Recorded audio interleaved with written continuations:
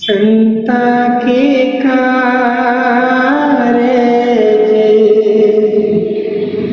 आप खलो या हर काम कराव आया राम। संता के कार्य आप खलो या हर काम करावन आया राम। धरत सुहावी ताल सुहावा विच अमृत जल छाया राम। संता के कार्य आप खलो या हर काम करावन आया राम। अमृत जल छाया पूरन साज कराया सगल मनोरथ पूरे। संता के कार्य आप खलो या हर काम करावन आया राम। हर काम करावन आया राम।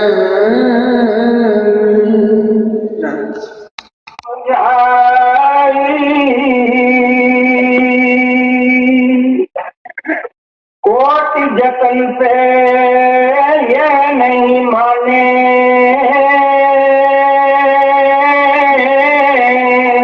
धुन सुनकर मन समझाई। हुजूर स्वामी जी की वाणी है। कल हमने गुरु घर की वाणी ली थी, उसके ऊपर विचार किया था कि जो हम रोज सत्संग में सुनते हैं कि शब्द की कमाई में लगना है, नाम की कमाई में लगना है, तो वो शब्द क्या है? आज उसी सोच को आगे ले जाते हुए हम स्वामी जी की वाणी ले रहे हैं। अलग अलग महापुरुषों की वाणियों लेने का एक ही मकसद है कि हम समझ सकें कि आप हमें कोई अलग अलग मजहबों, अलग अलग धर्मों में बांटने के लिए नहीं आए। आप तो हमारे अंदर प्रेम और प्यार की भावना जागृत करने के लिए आए थे कि हम मालिक की सच्ची भक्ति के साथ लग सकें, हम उस सच के रास्ते को अपना सकें। आज जो शब्द है आप हमें समझाने की कोशिश कर रही हैं कि जब इंसान, देखो जैसे जैसे इंसान बड़ा होता है इसके जो लक्ष्य हैं वो बदलते जाते हैं। बचपन में हमारा क्या लक्ष्य था कि अच्छे नंबर आ जाएं, किसी अच्छे स्कूल में एडमिशन मिल जाए, थोड़े से और बड़े हुए अच्छे कॉलेज में एडमिशन मिल जाए, आगे बढ़े अच्छी नौकरी मिल जाए, अच्छी तनख्वाह मिल जाए कि हम अपने परिवार की परवरिश अच्छी तरह कर सकें। मगर कहीं ना कहीं इंसान को इस बात का एहसास होता है कि इसके भी आगे कोई और चीज है। जिंदगी सिर्फ कमाई के साधन, सिर्फ रिश्ते जोड़ने, सिर्फ चंद चीजों को हासिल करने, सिर्फ इसी को नहीं कहते। फिर इसको एहसास होता है कि जब तक मन में शांति ना हो, उसको थोड़ा सा सुख ना हो, ये सब चीजें होते हुए भी उसको वो कमी रहती है। तो जब उसको इस चीज का एहसास होता है, तब वो सोच विचार में पड़ता है कि ये सुख और मन की शांति हमें कैसे मिलेगी। पहले तो अलग अलग चीजों से सुख और शांति को हासिल करने की कोशिश करता है। कभी हम सोचते हैं कि धन दौलत मिल जाए, शायद उससे हमें सुख मिल जाएंगे, मन की शांति आ जाएगी। अच्छा कोई ओहदा मिल जाए, उसके साथ सुख हो जाएगा। अच्छे रिश्ते नाते हो जाए, उसके साथ सुख हो जाएगा। मगर सिर्फ इन चीजों को हम लेकर अगर देखें, तो अगर पैसे के साथ किसी को सुख मिल सकता, तो जितने भी धनवान हैं उन्होंने कब का सुख पा लिया होता। अगर औहदे से किसी को सुख या मन की शांति मिलती, बड़े बड़े राजे महाराजे आए हैं, बड़े बड़े डिक्टेटर आए हैं, उनको सुख मिल गया होता। मगर देखने में हम क्या, हमारी पहचान है कि इन चीजों के साथ तो जितना थोड़ा बहुत सुख था वो भी चले जाता है। धन दौलत के बारे में विचार करते हुए गुरु घर ने फरमाया था, पापा बाजो होए नहीं, मोया संग न जाए।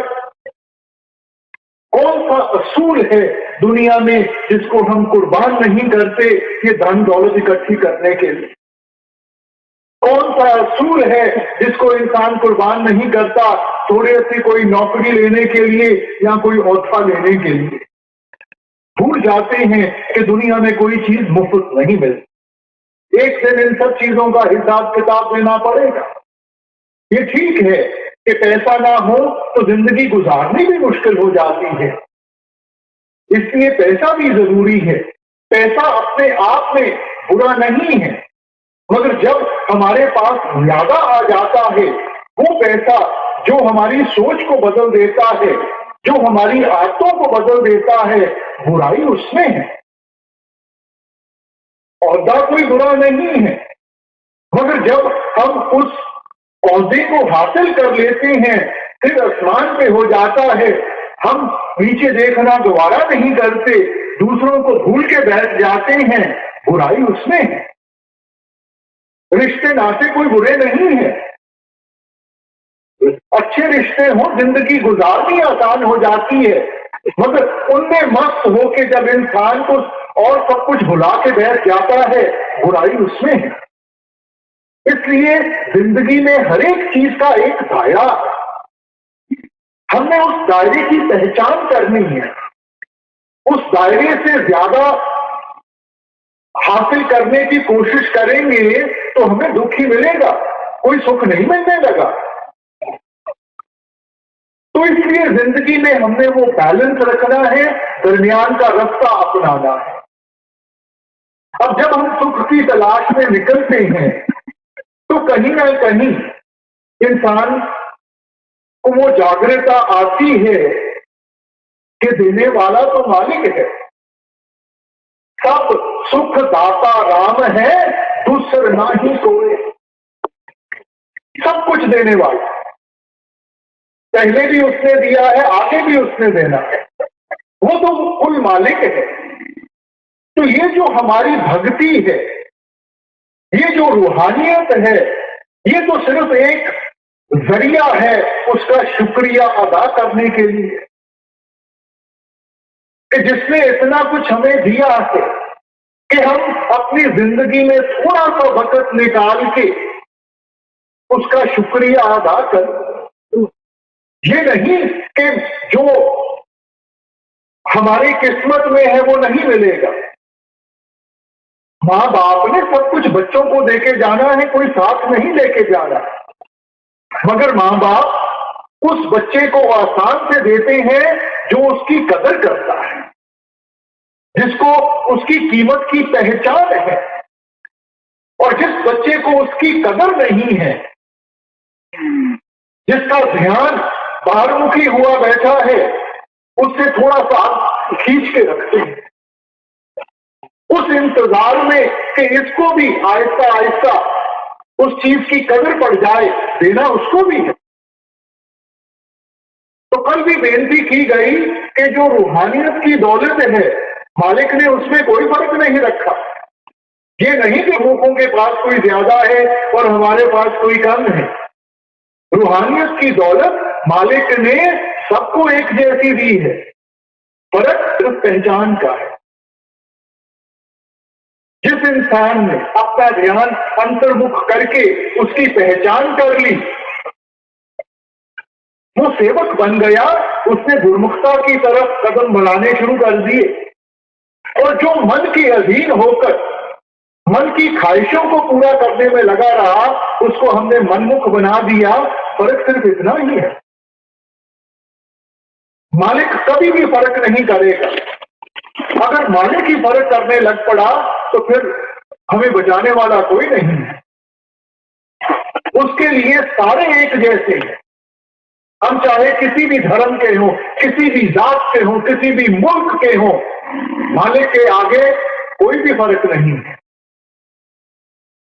क्योंकि उसने तो सिर्फ एक चीज की पहचान करनी है, और वो है हमारे प्रेम और प्यार की, हमारे भजन बंदगी की।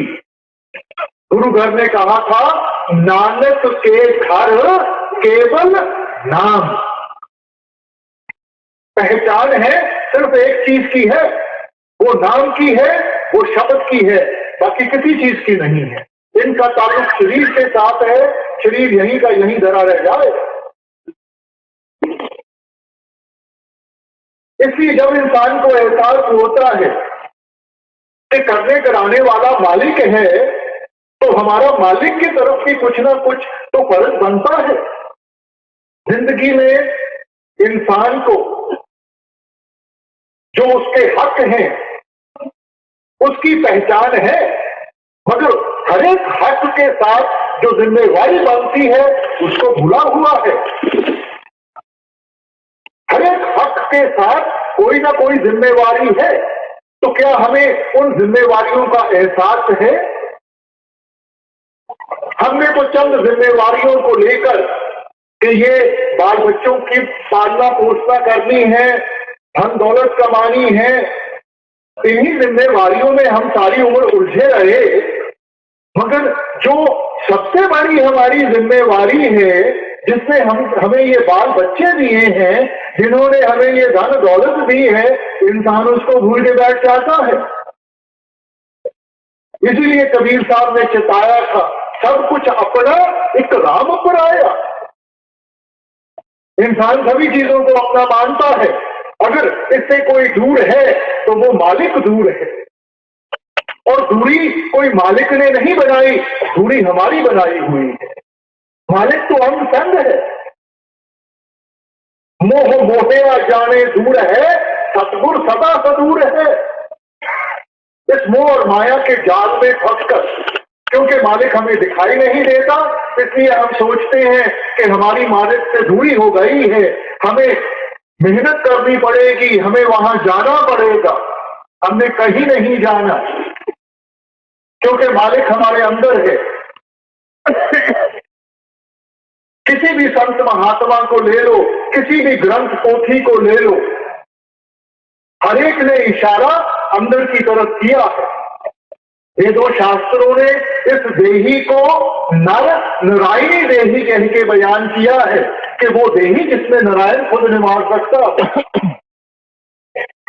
गुरु साहिबान ने फरमाया था, हरि मंदिर ये शरीर है, ज्ञान रतन प्रगट होए। हरि का सच्चा मंदिर, उसका सच्चा द्वारा कहीं बाहर नहीं है, वो हमारे अंदर है। और जब हम अंतर्मुख होंगे तब हमारे अंदर वो जागृता आएगी, तब हमें वो सच्चा ज्ञान हासिल होगा, जिसके साथ हम उसकी पहचान कर सके और हम उसकी सच्ची भक्ति में लग सके। ईसाई धर्म में भी क्राइस्ट फरमाया था, ये are the temple of the living God, कि आप खुद उस परमात्मा के जीते जागते मंदिर हो।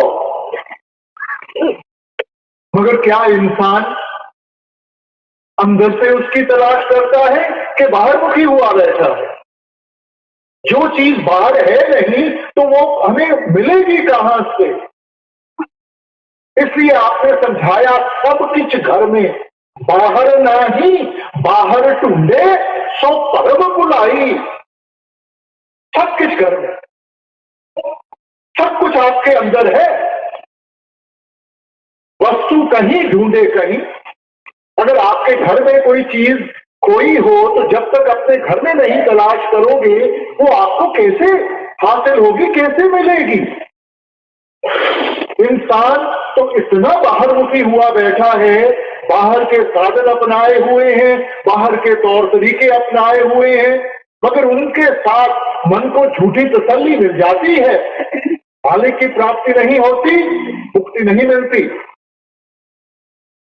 इसलिए जरूरी है कि मन की झूठी तसल्ली को छोड़ के इस मन को काबू करके हम इसको सच के रास्ते पे लेके आए, उस सच की कमाई में इसको लगा। अब जब इंसान रूहानियत के रास्ते के ऊपर चलने की कोशिश करता है, सबसे बड़ी मुश्किलात इसको कहां से मिलती है? उस मन से मिलती है, क्योंकि मन आदत से मजबूर है। जैसी हमने मन को आदतें डाली हुई हैं, मन वैसे ही चलता है। इस वक्त मन का जो रुख है वो नीचे की तरफ है, बाहर की तरफ है। ये हमारे ध्यान को हर वक्त नीचे की तरफ खींच रहा है और बाहर की तरफ ले जाने की कोशिश कर रहा है। जब हम परमार्थ में आते हैं तो संत जन हमें समझाते हैं कि भाई एक आप इस ख्याल को जो सारी दुनिया में फैला हुआ है, हमने इसको एकाग्र करना है और ऊपर की तरफ लेके जाना है और यहाँ आंखों के पीछे टकाना है। जब हम साधु संतों को देखते हैं कि आपने यहाँ तिलक लगाया हुआ है, हमने क्या कभी विचार किया है कि इसका मकसद क्या है? सिर्फ तिलक लगाने से, भगवे कपड़े पहनने से कोई साधु संत नहीं बन जाता। मकसद कि हमारा ख्याल यहाँ रहना चाहिए।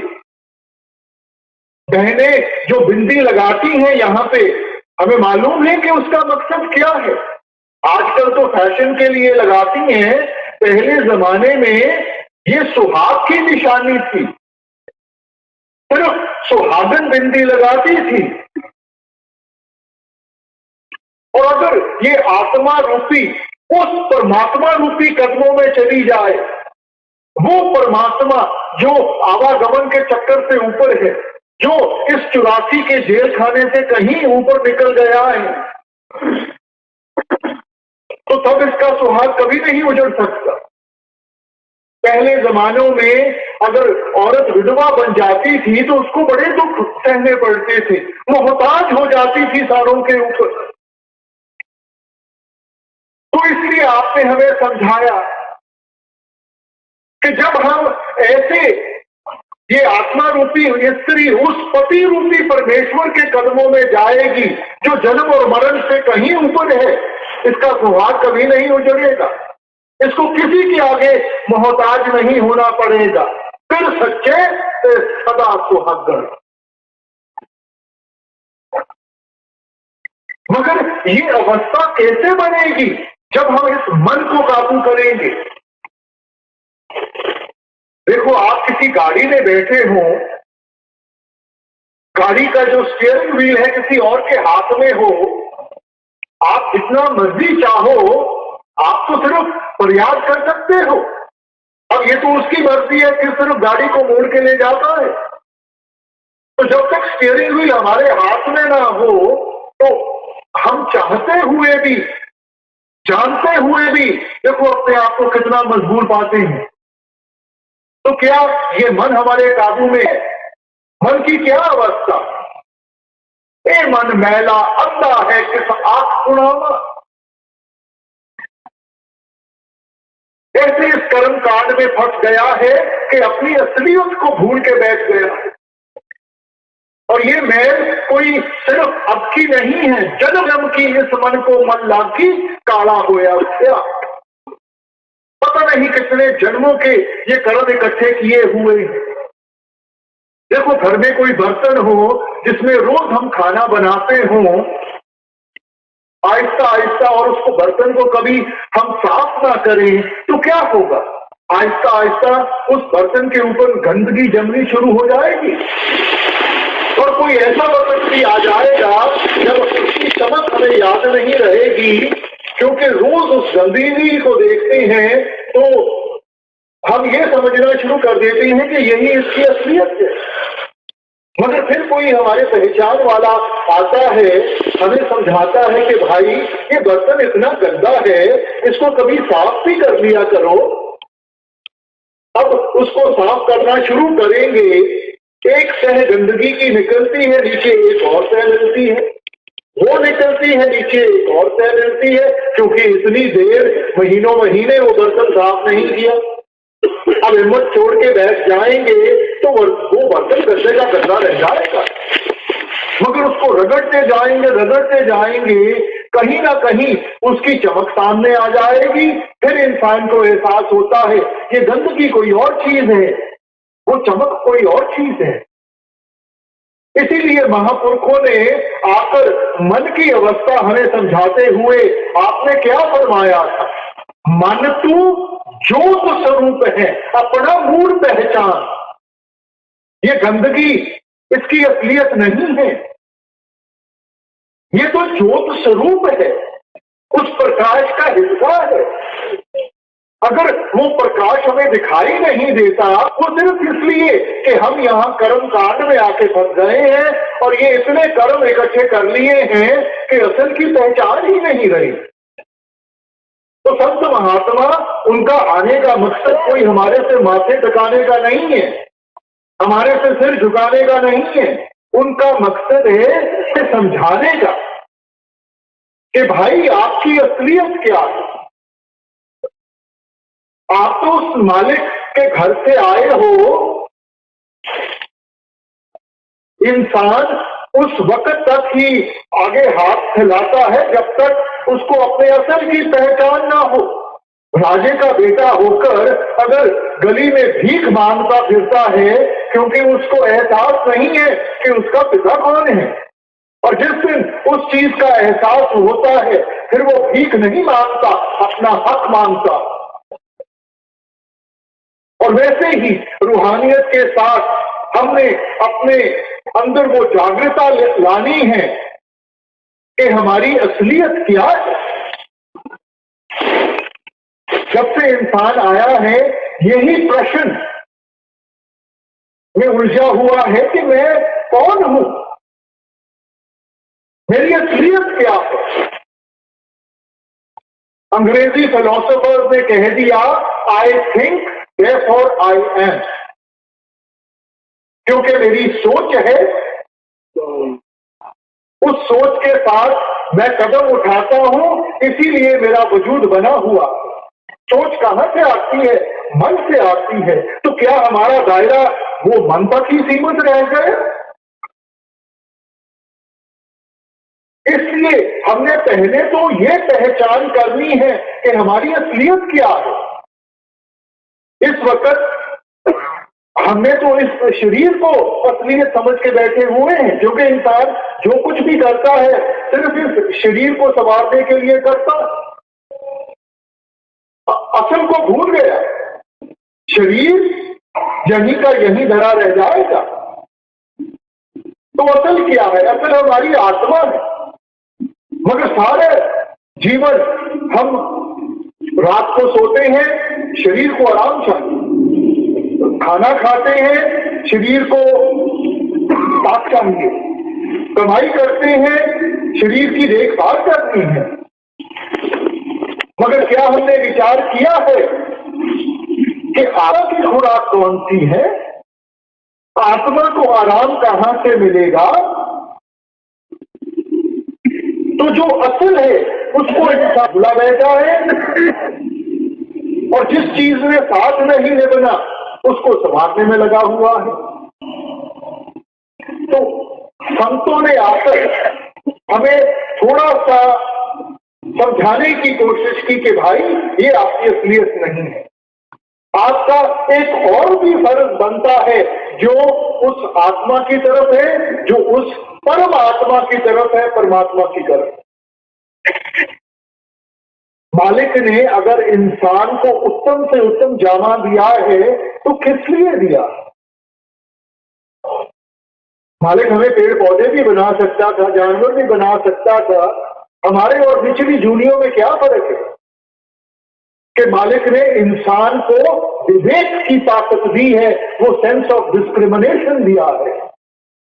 आपने फरमाया था 184 जून सबाई मानस को प्रभ दी वड्याई, इस पौड़ी से जो नर चूके सो आए जाए दुख पाए। 84 लाख जूनियां बनाकर इनको 2 हिस्सों में बांट दिया गया। एक कर्म जूनी है, दूसरी भोग जूनी है। जो इंसान की जूनी है वो कर्म जूनी है, बाकी जितनी भी जूनियां हैं वो भोग जूनियां हैं, भुगतान दे रही हैं। मालिक की बख्शिश हो, इन कर्मों के दायरे से आगे बढ़ सके, कर्म जूनी में पहुंच जाते हैं। मगर कर्म जूनी का मकसद क्या है? वो चेतावनी देते हैं, इस पौधे जो नर चूके। उदाहरण देकर कि देखो एक सीढ़ी है, मान लिया जाए उसके 84 लाख स्टेप हैं, चढ़ते गए आखिरी स्टेप पे पहुंच गए। थोड़ी सी मेहनत की, भक्ति की, सदा के लिए सीढ़ी से छुटकारा मिल गया। मगर आखिरी स्टेप पे भी आकर अगर हमारा पैर फिसल गया, पता नहीं कहां जाके जन्म मिलेगा, कहां जाके सहारा मिलेगा, उस अवसर में मालिक की भक्ति का मौका मिले हाँ मिले। इस पौड़ी पे जो नर चूके सो आए जाए दुख पाएगा। बार बार आना पड़ेगा, बार बार दुख और मुसीबतों से गुजरना पड़ेगा। इसलिए क्या मकसद है इस जीवन का? यही संत महात्मा आकर हमें समझाने की कोशिश करते हैं कि भाई परापत मानुख दे हरिया, गोविंद मिलन की है तेरी वरिया, अबर काज तेरे किते न काम, मिल साथ संगत भज केवल नाम। भाई परापत मानुख दे हरिया कि इंसान का जामा मिला है, किस लिए मिला? गोविंद मिलन की है तेरी वरिया। ये जो बारी है मालिक की प्राप्ति के, उसकी भक्ति के लिए ली गई है। अगर काज तेरे किसे ना काम, जिन चीजों में हम फंसे हुए हैं उन्होंने लेके नहीं लगना, वो यहीं की यहीं धरी रह जाएंगी। ये सारे औहदे, ये धन दौलत, ये रिश्ते नाते यहीं के यहीं धरे रह जाएंगे। इनका ताल्लुक शरीर के साथ है, शरीर यहीं रह जाएगा। और किस कार्य की तरफ ध्यान देते हैं? मिल साथ संगत भज केवल नाम। वो नाम की कमाई, शब्द की कमाई। मगर इंसान पहले तो आलसी है और फिर आहिस्ता आहिस्ता फिर उन्हीं पुरानी आदतों में जाके फंस जाता है। इसीलिए स्वामी जी ने आकर अपनी वाणी के साथ हमें बार बार चेतावनी दी, प्रेम और प्यार से समझाने की कोशिश की कि भाई समझने की कोशिश करो, ये मन हमारा असल नहीं है, ये शरीर हमारा असल नहीं है। हमारी असलियत उस आत्मा के साथ जुड़ी हुई है, और जब तक हम अंतर्मुख होके उसकी पहचान नहीं करेंगे, हम कभी भी इस जीवन को सवार नहीं सकेंगे, इस जीवन को सफल नहीं बना सकेंगे। अब मन हमारा देखो कितना चंचल है। मन खिन खिन भरम भरम बहु डावे, तिल घर नाही वासा पावे। कभी भी एक जगह पे टिकता नहीं है, कभी एक इच्छा तो कल को दूसरी इच्छा, और सारी उम्र गुजर जाती है इसको पूरा करते करते। ये कभी पूरी नहीं हो सकती, इसलिए इंसान इन्हीं में उलझा रहता है। तो मन को कैसे काबू करता है? तो वो स्वामी जी समझाने की कोशिश करते हैं कि सुन के मन समझाओ, ओट यतन से ये नहीं माने। हम सोचते हैं कि दुनियावी चीजें हासिल करने के साथ, ये धन दौलत औहदे हासिल करने के साथ इस मन को तृप्त आ जाएगी, इसकी जो भूख है वो मिट जाएगी। मगर आप समझाते हैं छोट यत्न से ये नहीं माने, इन सब चीजों के साथ इसको तृप्त नहीं आएगी, इसको सहज नहीं आएगी। और सहज कैसे आएगी? तो आप समझाते हैं धुन सुन के मन समझा, वो धुन। अब ये धुन क्या चीज है? कल आपने गौर फरमाया उस शब्द के बारे में, ये वो धुन है जो रात दिन 24 घंटे हमारे हृदय के अंदर बज रही है। ये कोई वो धुन नहीं है जो बाजे से पैदा होती है। इसीलिए आपने इसको समझाते हुए फरमाया धुन वाज्य अनहद घोड़ा मन मानिया हर रस मोरा। लफ्ज इस्तेमाल किया अनहद का, कि जो रात दिन 24 घंटे हमारे अंदर बज रही है, उस धुन को जब सुनेंगे उसकी मिठास हासिल होगी, तब ये दुनिया के रंग तमाशे फीके पड़ेंगे। इंसान जबरदस्ती करता है, जब जबरदस्ती करेगा तो रिएक्शन होगा। तो यहां परमार्थ में जबरदस्ती नहीं करनी, हमने बड़े सिस्टमैटिकली ये देखना है कि मन को कैसे हमने मालिक की भक्ति के साथ जोड़ना है।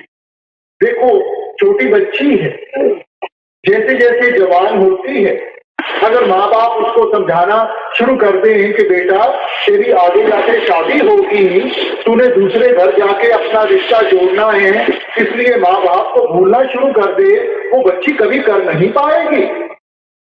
मगर जिस वक्त उसकी शादी हो जाती है, दूसरे घर जाके उसका रिश्ता जुड़ जाता है, अपने आप माँ बाप का दर्जा कम होना शुरू हो जाता है। तो वो रिश्ता कैसे जुड़ा? पहले रिश्ता जुड़ा, फिर वो दूसरी चीजों से अपना ध्यान हटा सकी। इसलिए हुजूर फरमाया करते थे कि अटैचमेंट कॉजेज डिटैचमेंट, कि पहले संबंध जोड़ो, जब संबंध जुड़ेगा तब हम इन सब चीजों से रिश्ता तोड़ सकेंगे। और गुरु घर ने फरमाया 9 दरवाजे नवे दर फीके रस अमृत रस में चुभीचे। ये 9 द्वारें हैं जिनके जरिए हमारा ख्याल सारी दुनिया में फैलता है। तो आप फरमाते हैं कि जब हम वो भजन बंदगी में लगेंगे, इस ख्याल को एकाग्र करेंगे और ऊपर की तरफ यहां लेकर जाएंगे, यहां आंखों के पीछे टकाएंगे, वहां हमें वो अमृत रूपी रस हासिल होगा। उस रस को इंसान पिएगा।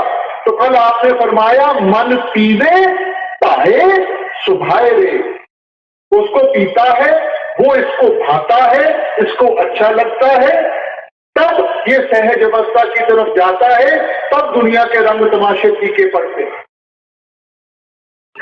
जब इसको असल चीज हासिल हो जाए तो फिर ये दूसरी चीजों की तरफ ध्यान नहीं देगा। 9 दरवाजे नवे दर फीके अब अमृत रस में चुभीचे। जब वो रस हासिल हो गया तो दुनिया के सब रंग तमाशे फीके पड़ जाएंगे। इस वक्त जब हम रूहानियत में कदम रखते हैं, क्योंकि सत्संग में ये चीजें समझाई जाती हैं कि हमारे लिए क्या अच्छा है क्या बुरा है, हम सोचते हैं कि चलो मन को जबरदस्ती इनसे हमने दूर करना है।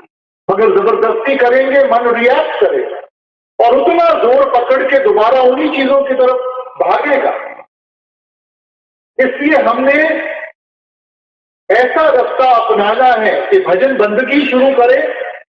जैसे जैसे भजन सिमरन में बैठेंगे, अंदर से वो रस आएगा, उस रस के साथ अपने आप हमें अंदर से वो प्रेरणा मिलेगी, ताकत मिलेगी कि हम इन चीजों को पीछे छोड़ सके। तो एक सिस्टमैटिक अप्रोच होनी चाहिए।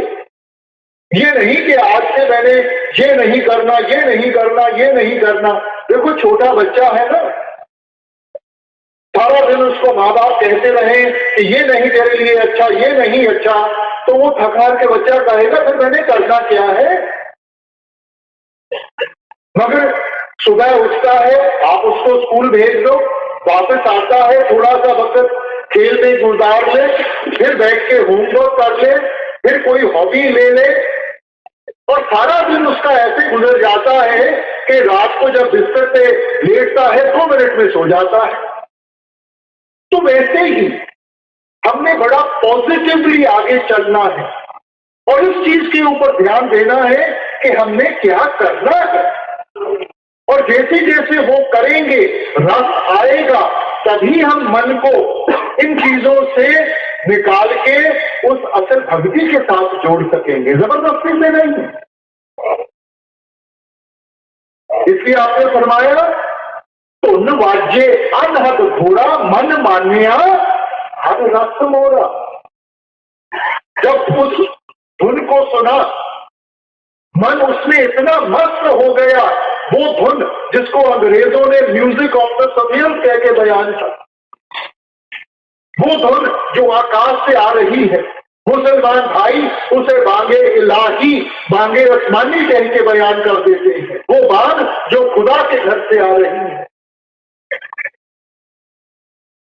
उस धुन को जब इंसान सुनेगा, तब ये मन दुनिया ऐशो इशरत को छोड़ के उस मालिक की भक्ति को अपनाने के लिए तैयार होगा। इसलिए आपने फरमाया बिन गुर शब्दे मन नहीं ठौरा। उस शब्द के बगैर इसको तृप्ति नहीं आएगी, ये हमारे काबू में नहीं आएगा, हम चाहे जितना मर्जी साधन अपना ले। इसीलिए संतों ने कहा मन जीते जग, कि जिन्होंने मन की लड़ाई जीत ली वो ही जिंदगी में सफल हो पाएंगे, और जो मन के अधीन होकर ही रह गए उनको कोई सफलता नहीं मिलेगी। और कबीर साहब भी यही सोच हमारे सामने रखते हैं। कबीर मन मरकट भया नेक न धुन पते आए, सत नाम बांधे बिना जित पावे तित जाए। कबीर मन मरकट भया नेक न धुन पते आए, उस शब्द की पहचान नहीं कर पाया, उसके साथ अपने आप को नहीं जोड़ा। सत्य नाम बांधे बिना, जब तक उस सच्चे नाम के साथ नहीं इसको बांधेंगे, जित पावे तित जाए। सारी दुनिया में भागता फिरेगा, अलग अलग चीजों को हासिल करने में लगा रहेगा।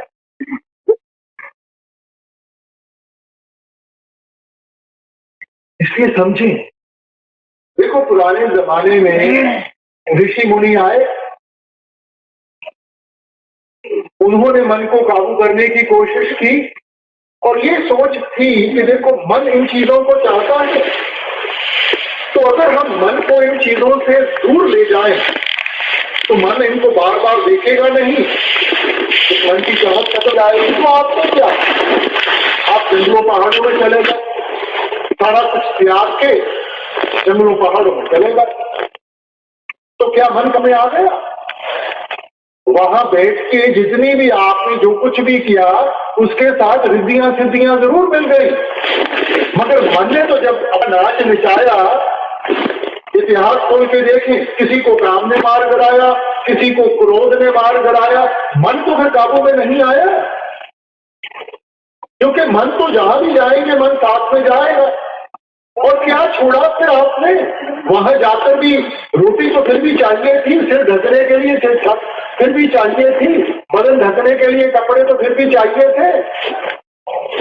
अपनी मेहनत की कमाई छोड़ी, दूसरों के ऊपर मोहताज हो गए, उनसे मांग के खाना पड़ा तो उनके भी कर्म उठाने पड़े। छोड़ा क्या फिर?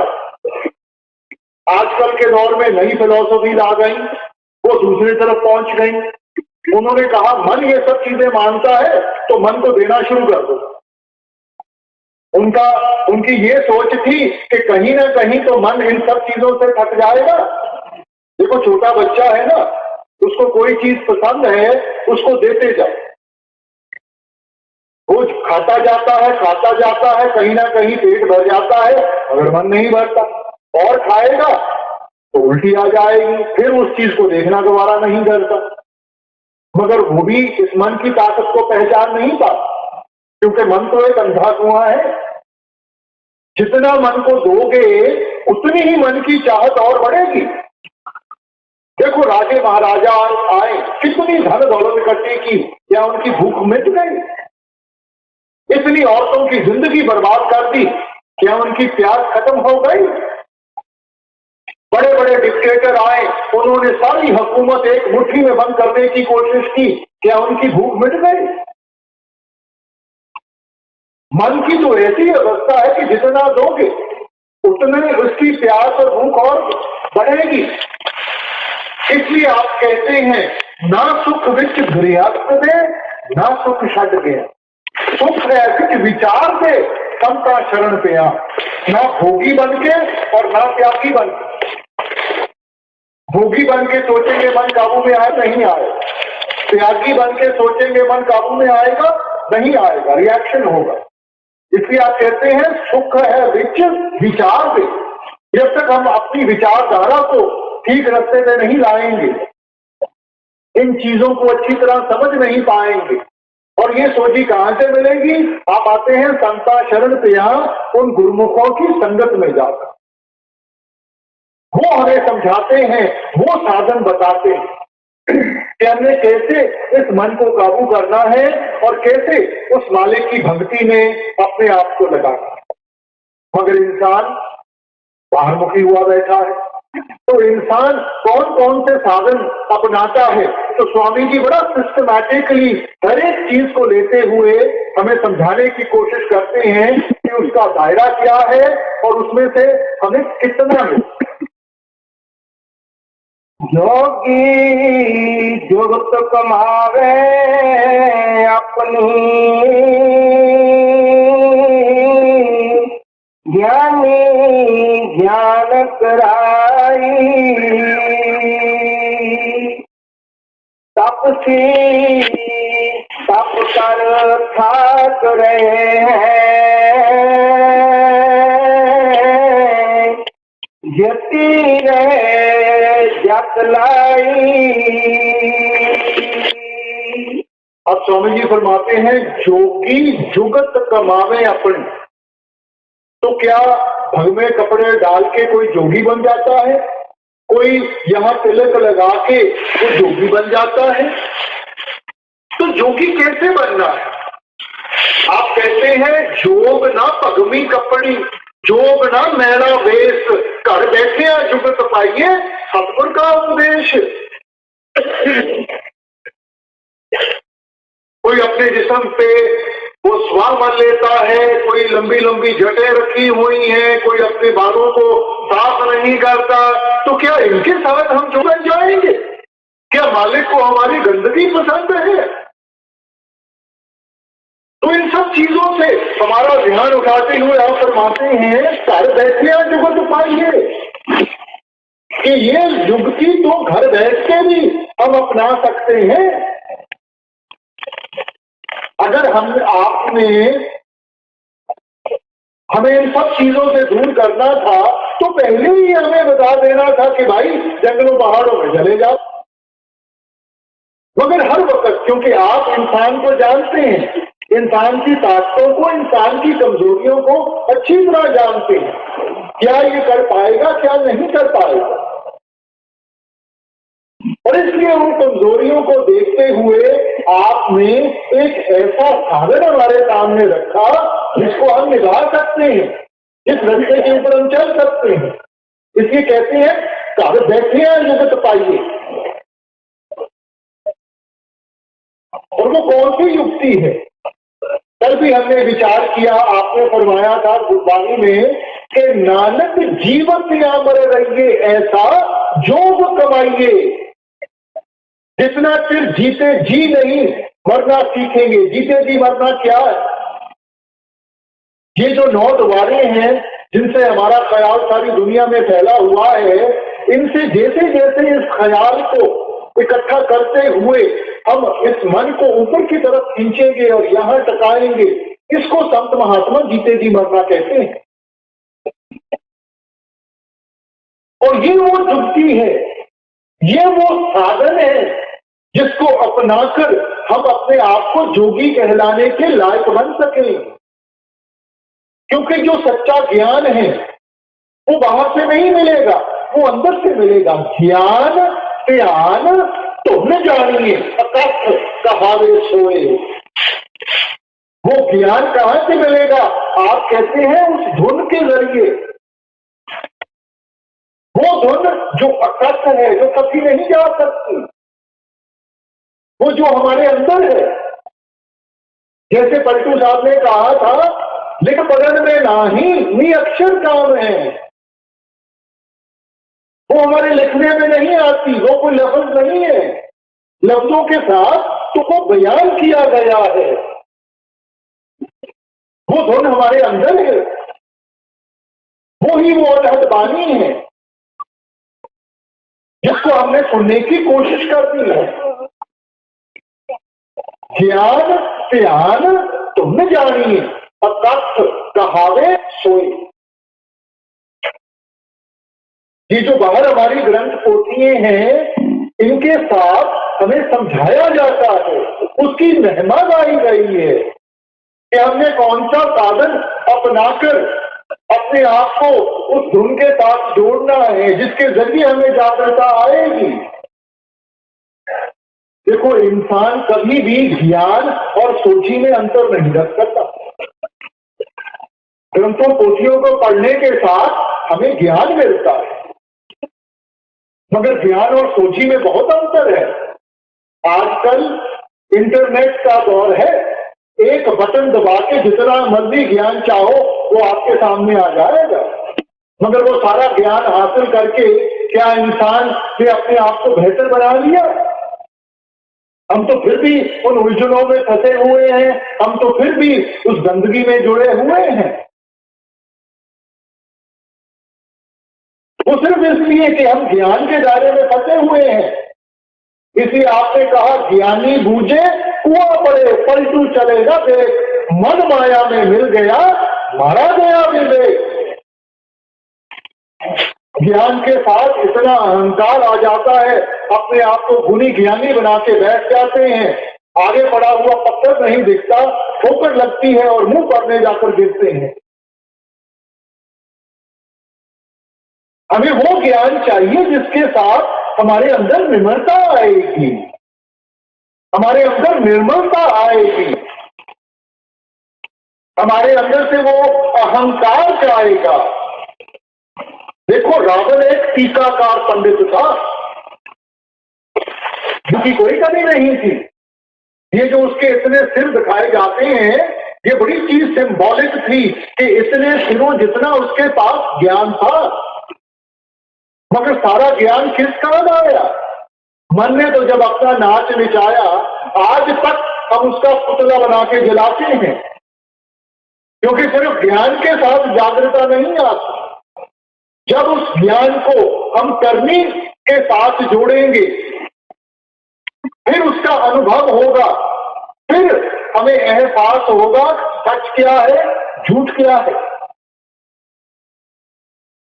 आम सत्संग में हमें समझाया जाता है कि देखो, अगर मैं कोई मिठाई लेकर आपके सामने रख दूं और मैं कहूं कि दुनिया में सबसे मीठी चीज है, मेरा मान आदर करते हुए आप सिर हिला देंगे, मगर क्या मन से भरम चले जाता है? मन में फिर भी कहीं ना कहीं वो डाउट रहता है कि पता नहीं सबसे मीठी चीज है कि नहीं। अब वही मिठाई को हम उठा के चख लें, अब हम पूरे विश्वास के साथ कह सकते हैं कि ये सबसे मीठी चीज है कि नहीं है। नतीजे के ऊपर कैसे पहुंचे? जब हमने करनी का रास्ता अपनाया। इसलिए आपने फरमाया बेबी चाखे स्वाद ना चाहते, चखते नहीं, स्वाद नहीं पता, स्वाद नहीं पता, निभा नहीं पाएंगे। प्रेरणा कहां से मिलेगी? इसलिए ये सिर्फ बाहर के ज्ञान की बात नहीं है। बाहर के ज्ञान से हमें पता चलता है कि हमने क्या करना है। जब उसको करेंगे, उसका अनुभव होगा, तब हमारी विश्वास की नींव बनेगी।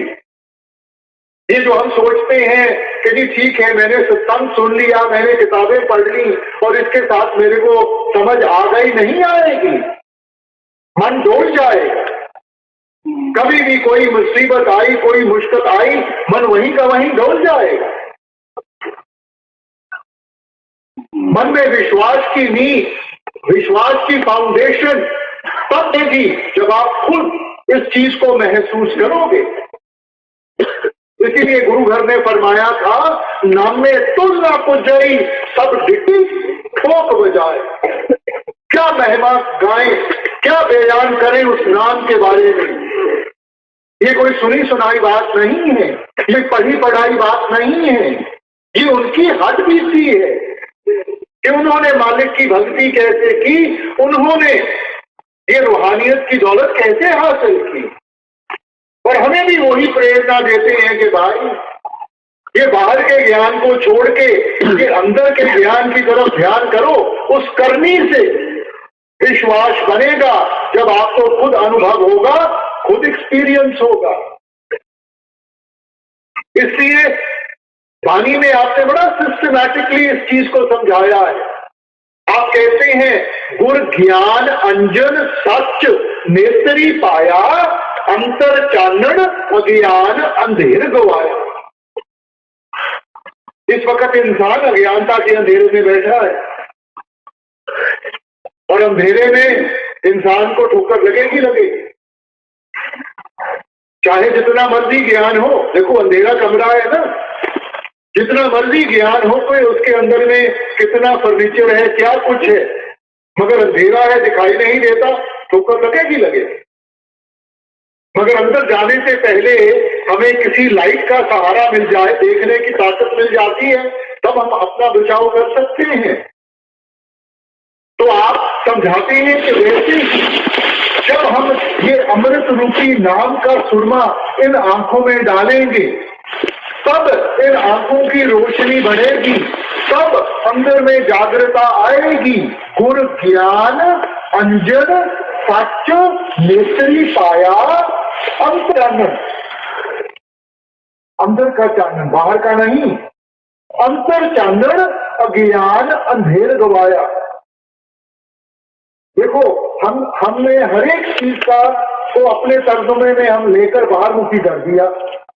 हमने प्रकाश के बारे में पढ़ा, हमने बाहर ज्योति जलानी शुरू कर दी, हमने बाहर दिए जलाने शुरू कर दिए। हमने आवाज के बारे में पढ़ा, हमने बाहर घंटे बजाने शुरू कर दिए, हमने बाहर गीत सुनने शुरू कर दिए। अरे भाई इशारा तो अंदर की तरफ था। अंतर जोत निरंतर वाणी साचे साहिब क्यों ने लाई, वो अंदर का प्रकाश। क्राइस्ट ने भी यही समझाया था, if thine eye be single, thy whole body shall be full of light। जब इन दो आंखों को बंद करोगे, उस तीसरी आंख को खोलोगे, तो आप फरमाते हैं आपका सारा जिस्म उस नूर के साथ भर जाएगा। देखो ये चीजें सिंबॉलिक है। प्रकाश का मतलब है जागृता, अंधेरे का मतलब है दिखाई नहीं देता। तो जागृता इंसान में कैसे आएगी? जब अंदर से प्रकाश हासिल होगा, अंदर से वो जागृता आएगी। ये बाहर दिए जलाने के साथ, ये बाहर जितने मर्जी बत्तियों का सहारा ले लें, हमारे जीवन का अंधेरा नहीं दूर हो पाएगा।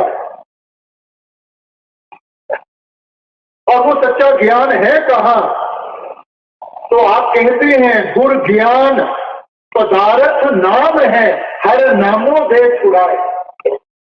सच्चा ज्ञान कौन सा है? गुर ज्ञान पदार्थ नाम है, हर नामों दे छुड़ाए। जिस प्राप्त सोलह गुर चरनी लागे आए। वो किस चीज की बख्शिश करते हैं? वो नाम की। नाम ही वो ज्ञान है, नाम ही जागृत है। गुर ज्ञान पदार्थ नाम है, हर नामों देह छुड़ाई। और उस नाम की कमाई के साथ इस देह के बंधनों से छुटकारा मिलेगा। मगर फिर आपने अपने स्टेटमेंट को क्वालिफाई कर दिया, जिस पर आप सोलह, जिस ऊपर आपकी दया का हाथ हो वो ही कर पाएगा, नहीं तो अंधेरे में भटकते रहते हैं सारे। दुनिया में ग्रंथों कोशों की कोई कमी नहीं है, संतों महात्माओं की कोई कमी नहीं है। कमी है जागृता की है। इन चीजों को निभाने वालों की है। और फिर उस सोच को आगे ले जाते हुए आपने फरमाया कि वो ज्ञान कहां से मिलेगा? अंतर गुण ज्ञान हर रतन है, मुकुट करावन हारा। वो कहां है ना? वो ज्ञान कहां है? आप कहते हैं अंतर, हमारे अंदर है। अंतर गुण ज्ञान हर रतन है, मुकुट करावन हारा। वो ज्ञान, वो रूहानियत की दौलत जिसके साथ इंसान को मुक्ति मिलेगी। नानक जिसनु नजर करे सो पावे, सो होवे दर सखियारा। मगर ये उसी का मिलेगा जिसके ऊपर आपकी मेहरबानी नजर पड़ जाए, जिसके ऊपर आपको दया हो जाए। ये जो हमारी भक्ति है, ये तो उसके सामने एक अरदास है, फरियाद है। हम अपनी करनी से नहीं कुछ कर पाएंगे। अपनी करनी से तो हम सिर्फ फरियाद कर सकते हैं, बेनती कर सकते हैं कि भुलनहार बख्श बख्श। इसलिए भाई ये समझने की कोशिश करें, ये ज्ञान अंदर से मिलेगा जब आप अंतर्मुख होंगे। फिर आप कहते हैं तपती तपकर थाक रहे हैं, जति नहीं जप लाए। किसी ने अपने आप को उल्टा टांगा हुआ है, किसी ने अपने बालों को बांधा हुआ है, किसी ने कोई साधन, किसी ने कोई साधन। इसलिए कबीर साहब किताब लेते हैं, आप फरमाते हैं क्या जप, क्या तप संजमो, क्या भगत स्नान, जब लग जुगत न जाए पाओ भगत भगवान। कौन सी तपस्या, कौन सी भक्ति, कौन से सरोवरों में जाकर नहा जाए? जब जुगत न जानिए, जब तक उस युक्ति की समझ नहीं है, उस साधन की समझ नहीं है, हम तो मालिक की भक्ति करते हैं, डर के साथ करते हैं। हुजूर फरमाया करते थे कोई सांप की भक्ति करता है इसलिए नहीं कि उसको सांप के साथ प्यार है, डरता है उसको, सोचता है भक्ति करूंगा खुश होगा, उसके डंग से बचा रहूंगा। मगर भाई हमारा और मालिक का जो रिश्ता है वो कोई डर का रिश्ता नहीं है, वो प्रेम और प्यार का रिश्ता। हमने मालिक की भक्ति करनी है, प्रेम और प्यार की अवस्था में लाकर करनी है। मगर इंसान डर में करता है, बाल बच्चे निकम्मे ना हो जाए, कारोबार में नुकसान ना हो जाए, कोई बीमारी ना आ जाए। सारी उम्र इन डरों में ऐसा फंसा हुआ है और सोचता है कि चलो इसको भी खुश कर लूं, इसको भी खुश कर लूं। खुश सिर्फ उस एक को करना है, भक्ति सिर्फ उस एक की करनी है। ये जो अनेक हैं, संत महात्मा हैं, ये सिर्फ उस एक की याद दिलाने के लिए आए हैं, उस एक के साथ जोड़ने के लिए आए हैं, कोई अपनी भक्ति कराने के लिए नहीं आए। इसलिए आप कहते हैं जप तप पुण्य दान, जप तप जेते सब ऊपर नाम, हर रसना जो जपे इन सब भक्तियों से एक ऊपर भक्ति है, पुण्य दान जप तप जेते सब ऊपर नाम, हर हर रसना जो जपे। और ये नहीं कहा जो जपे, जब हम उसका सिमरन करेंगे, उसकी याद अपने अंदर में बिठाएंगे, तब मन को तसल्ली होगी, तब ये असलियत की पहचान कर सकेगा। देखो छोटा सा है ना, अकेला हो घबराता है, डरता है, मगर साथ में पिता खड़ा हो किसी से नहीं डरता। वो सोचता है कि मेरा पिता साथ में खड़ा है, सब कुछ संभाल लेगा। तो वैसे ही जब हमें एहसास हो गया कि हमारा परम पिता वो परमेश्वर हमारे साथ है, तो इंसान को किसी चीज से डर नहीं लगेगा। इस वक्त हम हर एक चीज से डरते हैं, कल से डरते हैं, मौत से डरते हैं, परसों क्या होगा उससे डरते हैं। और इन चीजों का डर तभी खत्म होगा जब हमारे अंदर जागृता आएगी, तब हमें पता चलेगा और ये सारे हमारे डर खत्म हो जाएंगे। मीराबाई ने भी अपना जीवन हमारे सामने रखते हुए हमें क्या समझाया था? पायो जी मैं नाम रतन धन पाया, वस्त्र अमोलक भी मेरे सतगुर, कृपा कर अपनायो, जन्म जन्म की पूंजी पाई, जग में सभी खवायो, पायो जी मैं नाम रतन धन पायो। देखो मेवाड़ की रानी थी, धन दौलत की कोई कमी नहीं थी, मगर पूरी निम्रता के साथ किस चीज की तरफ इशारा कर रही है? मैं नाम रतन धन पायो, वस्त्र अमोलक दी मेरे सतगुर। जो उनके गुरु थे, जो उनके मुर्शिद थे, वो नीची जात वाले थे, मगर अहंकार नहीं था अपनी जात का। पूरी निम्रता के साथ आप फरमा रही हैं, ये उन्होंने मेरे ऊपर बख्शिश की कि उन्होंने मेरे को अपना लिया, जन्म जन्म की पूंजी पाई। ये हमारी सच्ची दौलत है, ये हमारी सच्ची पूंजी है, बाहर की दौलत नहीं, ये यहीं की यहीं धरी रह जाएगी। आप उस दौलत की चर्चा कर रही हैं जो जन्म जन्म हमारे साथ में मिलेगी। पायो जी मैं नाम रतन धन पाया, इशारा उस सच्ची दौलत की तरफ जो हमारे अंदर है। अब आगे स्वामी जी जो समझाने की कोशिश कर रहे हैं उसको बड़े ध्यान से सुनना है, क्योंकि हम फिर बाहर मुखी हो जाते हैं, बाहर की चीजों में फंस जाते हैं, और ये हमारे सत्संगियों के लिए ये तुक बहुत जरूरी है। अब देखिए क्या कह रहे हैं, ध्याने ध्यान मानसी लावे, यह भी धोखा खाई, पंडित पढ़ वेद बखाने,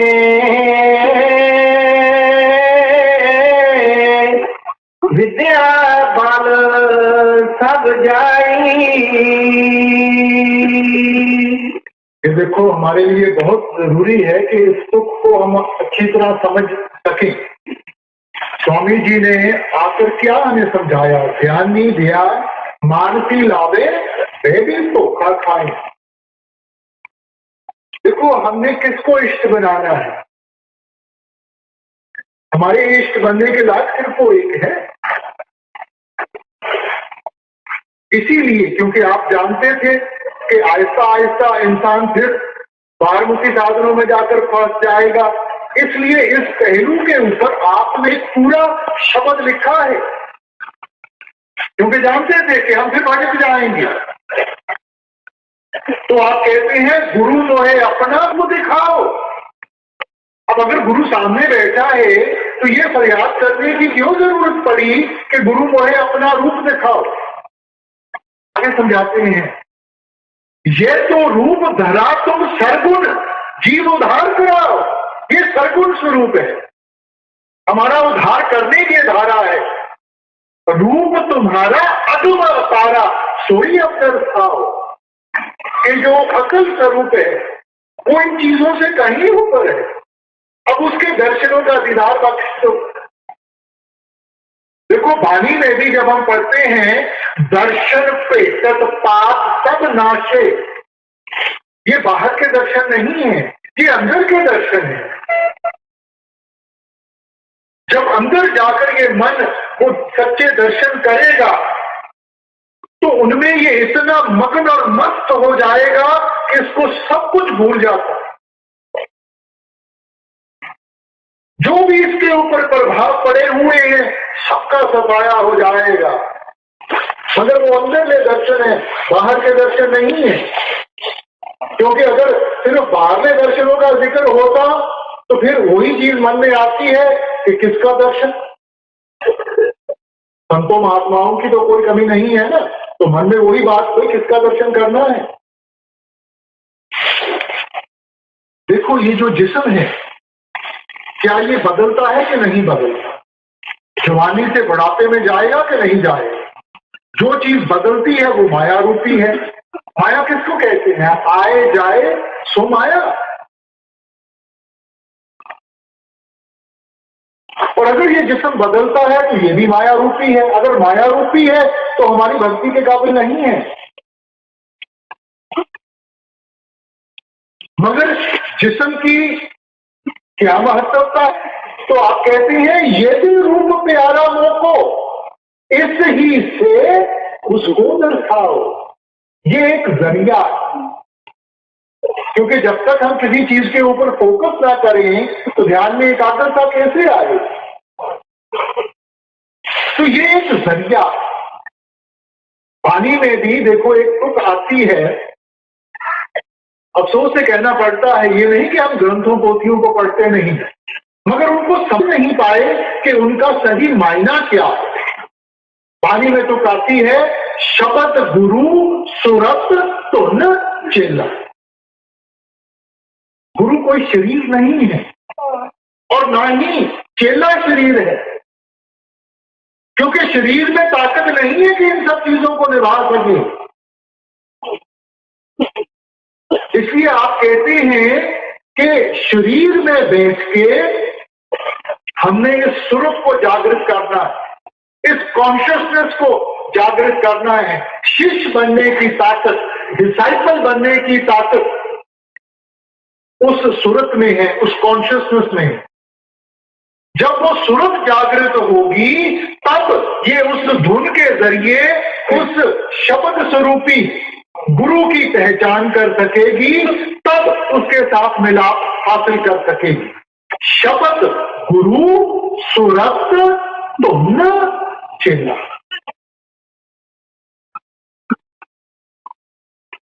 कोई कसर नहीं छोड़ी समझाने की। शरीर सिर्फ एक जरिया है, शरीर धारा है, क्योंकि उदाहरण बन के आए हैं कि अपने उदाहरण के जरिए समझा सके, दिखा सके। अब प्रॉब्लम मुश्किल कहां आती है? कहना बहुत आसान है कि उस एक की भक्ति करनी है, मगर उस एक को देखा करते हैं।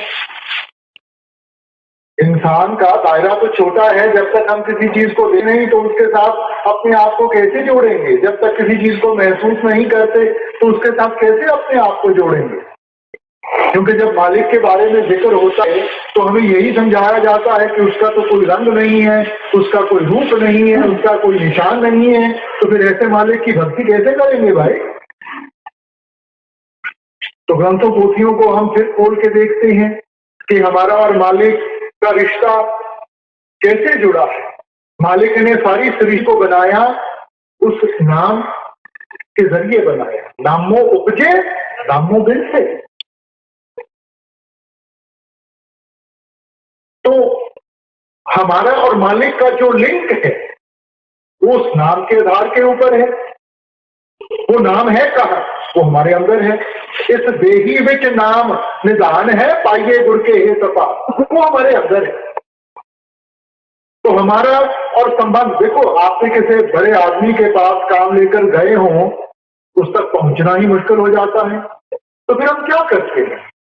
हम किसी ऐसे इंसान को ढूंढते हैं जिसकी पहचान उसके साथ भी हो और हमारे साथ भी हो। फिर वो एक जरिया बन जाता है हमारे लिए। तो वैसे ही हमने वो जरिया ढूंढना है। तो यहां कौन सा जरिया है परमार्थ में? ये वो शब्द है, ये वो नाम है। तो जब हम अपना ध्यान अंतर्मुख करके हम अपने आप को उस शब्द के साथ जोड़ेंगे, वो शब्द हमारा लिंक बनेगा उस परमात्मा का। शब्द के साथ जागृता आएगी। शब्द वो ताकत है जिसने सारी सृष्टि को बनाया है।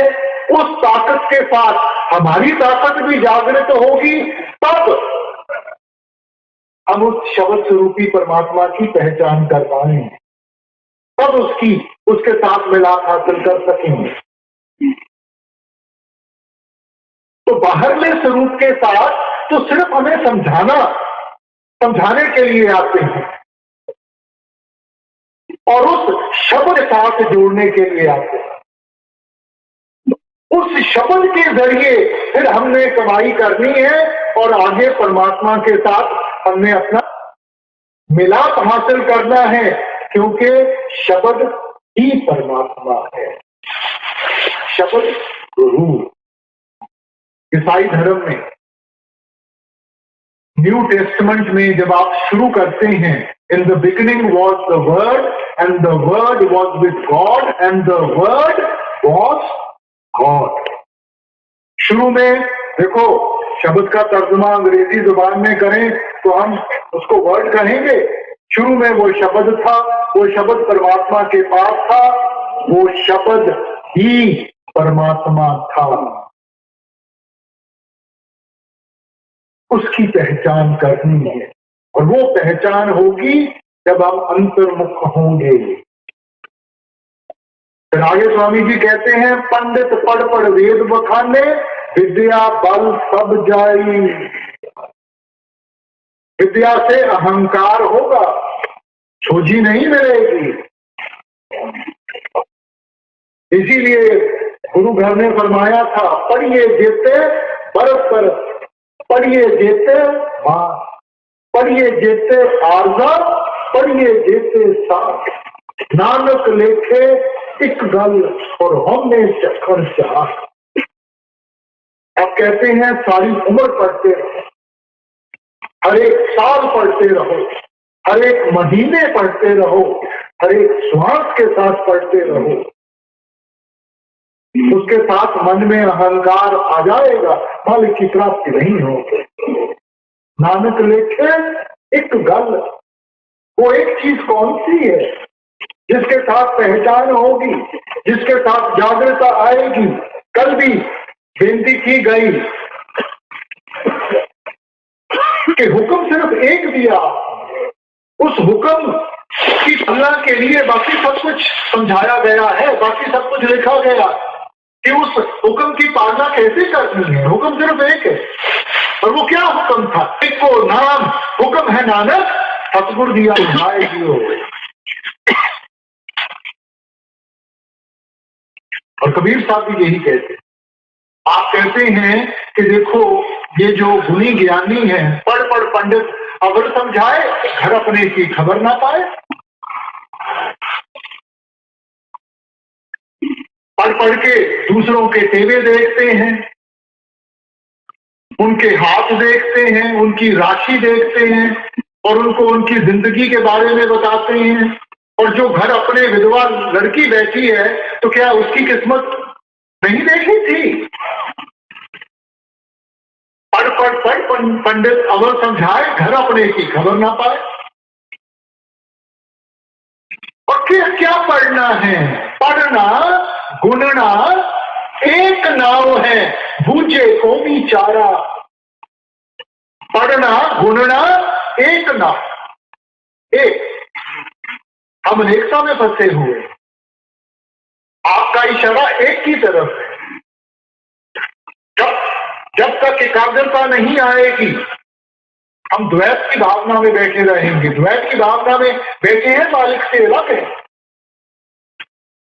जब तक एकता में कदम नहीं रखेंगे, पहचान नहीं होगी, मालिक से मिलाप नहीं होगा। और पढ़ने पढ़ाने के ऊपर तो गुरु घर ने देखो कितना खोल के अपनी विचार हमारे सामने रखी है। वेद कतेब सिमरत सब सासत, इन पढ़े है मुक्त ना होई। वेद कतेब सिमरत सब सासत, इन पढ़े है मुक्त ना होई। एक अक्षर जो गुरमुख जाते, बुझे विरला कोई।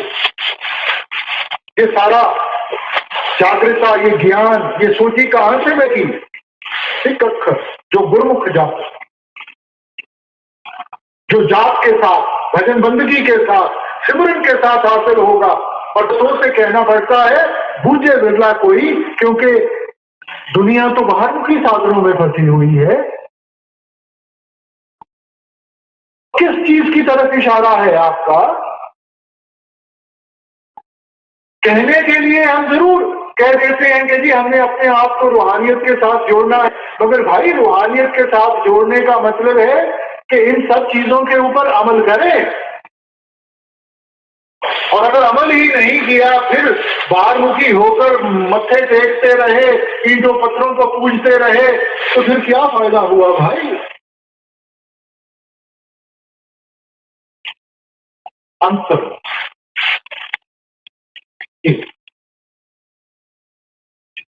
बुद्धि चतुरता काम न आवे, आने मरे पछताई, और अमल का दखल नहीं है, अमल शब्द लौलाई।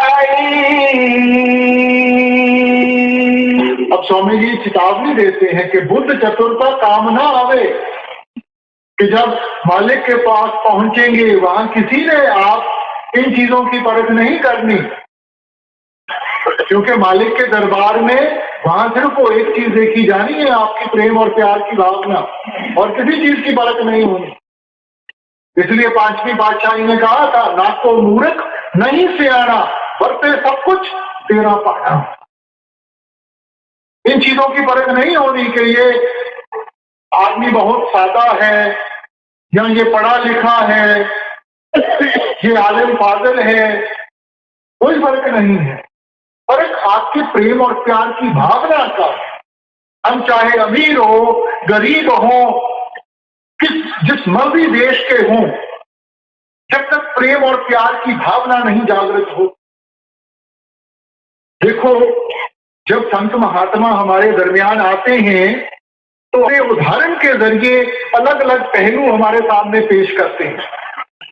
तो साईं बुल्ले शाह के जिंदगी की कहानी है कि जब आप आलम फाजिल थे, बहुत पढ़े लिखे थे, और वैसे भी सैयद थे। सैयदों का ताल्लुक मोहम्मद साहब के घर के साथ है, मगर सारे इस ज्ञान के साथ मन की शांति नहीं मिली। और जब उस विरह में आपने खोज करनी शुरू की तो किसी ने बताया कि शाह अनायत रानी है, तो शायद वो आपको इन चीजों के बारे में समझा सकते हैं। अब पहले तो मन में अहंकार आया कि देखो, मैं एक सैयद हूं, पढ़ा लिखा हूं, और एक अनपढ़ के पास जाके जो जात में भी मेरे से नीचे है, तो क्या वो मेरे को ये सब कुछ समझाएगा। मगर जब मन की तड़प पूरी नहीं हुई तो एक दिन आप शाह अनायत के पास पहुंचे और आपने उस खुदा की बंदगी के बारे में आपने प्रश्न किया। तो शाह अनायत उस वक्त पनीरी लगा रहे थे, तो आपने बहुत सादे तरीके से कोई लंबी चौड़ी वार्तालाप नहीं शुरू कर दी, बड़े सीधे तरीके से कहा, बोलिया ढपदा की पाप, इधरों पुटना इधर लावना। देखो कितने आसान तरीके कि दुनिया से निकाल के ध्यान को मालिक की भक्ति के साथ जोड़ोगे, तब आहिस्ता आहिस्ता वो प्रेम और प्यार जागृत होगा। अब देखो, सैयद थे और सैयद बन के शाह अनायत किश बन गए, तो जो बाकी शिष्य थे उनमें बड़ी चर्चा हो गई, बड़ी आपकी वाहवाह हो गई। मगर मुर्शिद तो हर एक शिष्य की अवस्था को जानता है। तो उनके घर में किसी की शादी थी, तो आप शाह अनायत ये न्योता लेकर आए। शाह अनायत आप तो गए नहीं, आपने किसी गरीब को भेज दिया। और जब वो गरीब, उसके बेचारे के कपड़े भी वो वैसे ही थे, जब वो वहां पहुंचा तो आपने ज्यादा ध्यान नहीं दिया। थोड़ी सी शायद शर्म भी आई होगी, तो उसको एक तरफ जाकर आपने उसको बैठा दिया। अब जब शादी खत्म हुई और वो वापस आया, उसने शाह अनायत को सारी बात बताई, तो शाह अनायत ने बुल्ले शाह से अपना मुंह मोड़ दिया।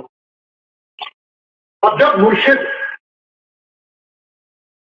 शिष्य से मुंह मोड़ ले, ये तो जो असल शिष्य है वो ही समझ सकता है कि उस वक्त उसका क्या हाल है। तड़फा, क्या कुछ कुछ नहीं किया आपने अपने मुर्शिद के दर्शन करने के लिए, और अंत में एक कंजरी का वेश धार के आपके सामने नाचना शुरू कर दिया। और जब शाह अनायत ने पूछा कि भाई तू बुल्ला है, तो आप कहते हैं नहीं साईं मैं तो भुल्ला हाँ, बख्श ले बख्श ले।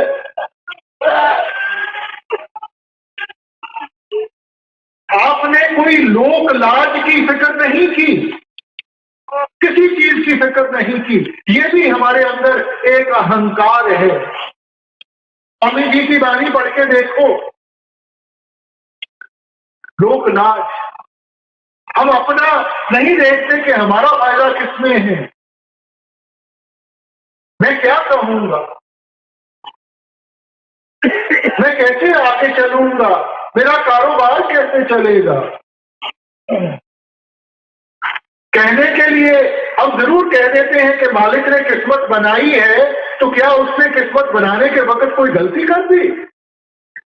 अगर मालिक की गलतियां करने लग पड़ा तो भाई फिर हमारा पार उतारा नहीं हो सकता। वो गलती नहीं करता, गलती इंसान करता। जो हमारी किस्मत में लिखा है वो जरूर मिलेगा, और जो हमारी किस्मत में नहीं लिखा वो दुनिया की कोई ताकत नहीं दे सकती। तो फिर हम अपनी असूलों की कुर्बानी क्यों देते हैं?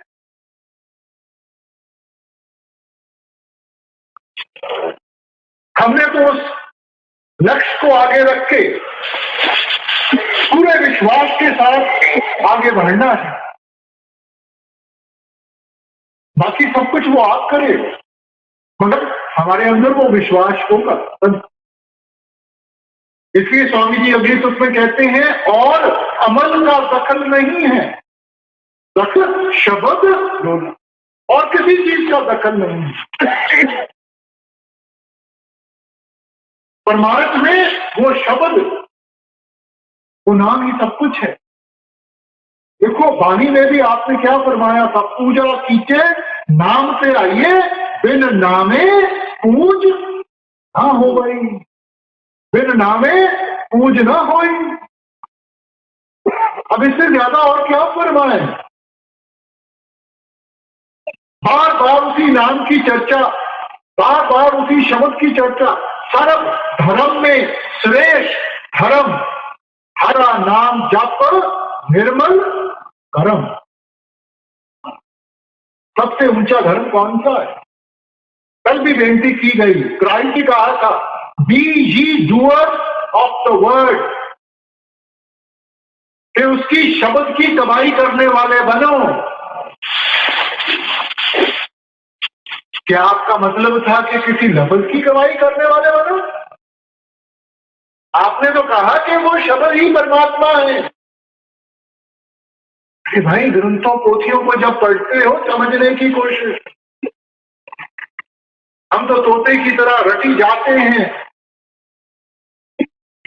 और उठकर तो हमें कुछ याद भी नहीं रहता। भाई ये परमार्थ नहीं है, ये बंदगी नहीं है।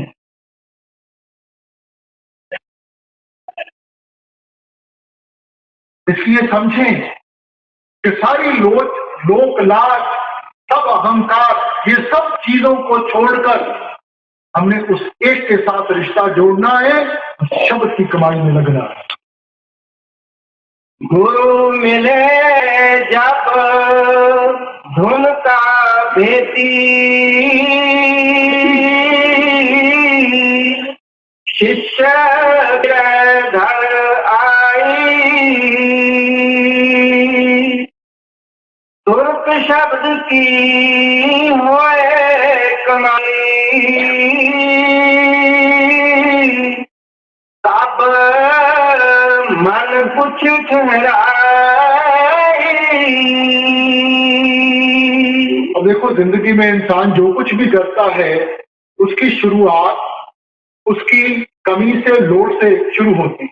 जब हमें किसी चीज की जरूरत पड़ती है तभी हम कदम उठाते हैं, तभी आगे बढ़ते हैं। तो जब हम सत्संगों में आते हैं, हम अलग अलग महापुरुषों की वाणियों को सुनते हैं, उनकी जो शिक्षा है उसको सुनते हैं, तो हमें भी अपने अंदर उस चीज की कमी महसूस होती है। तो उन्हीं को पूरा करने के लिए फिर इंसान मेहनत करता है। क्योंकि मन तो बहुत ताकतवर है। जब तक इसको किसी चीज की कमी महसूस ना हो, ये कभी भी कुर्बानी देने के लिए तैयार नहीं होता। तो जब हमें इन चीजों की कमी महसूस होती है, तब इंसान फिर वो मेहनत में लगता है, भक्ति में लगता है, और उस भक्ति में लगते हुए इसके अंदर फिर वो विरह की आग जागृत होती है। ये विरह बहुत जरूरी है इस रिश्ते को जोड़ने में।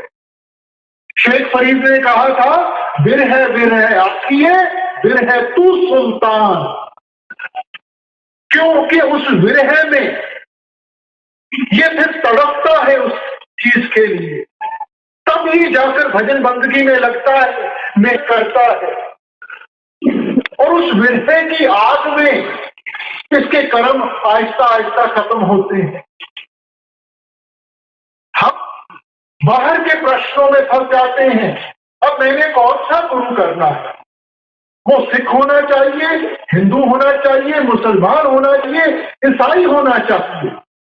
इसलिए स्वामी जी कहते हैं कोई फर्क नहीं, गुरु मिले जो धुन का भेदी, जो हमें उस धुन के बारे में समझा सके, हमें कैसे अपने आप को उस शब्द के साथ जोड़ना है, कैसे वो भजन बंदगी करनी है। गुरु मिले जो धुन का भेदी, तब शिष्य विरह घर आई। देखो महापुरुष उदाहरण बन के आए हैं, तो आपसे अपना उदाहरण हमारे सामने कैसे रखा? गुरु साहिबान ने क्या फरमाया?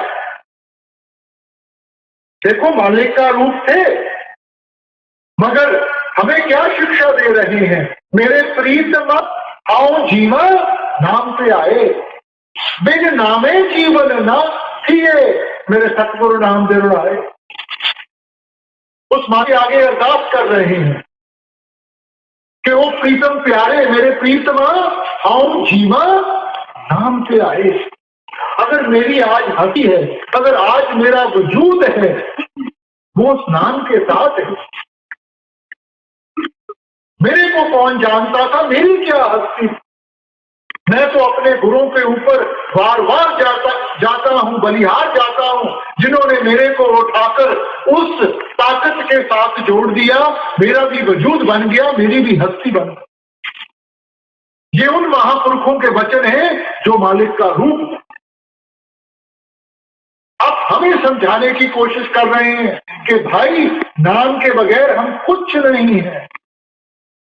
नाम के तारे सगले जंत, नाम के तारे खंड ब्रह्मांड, उसके बगैर कुछ नहीं।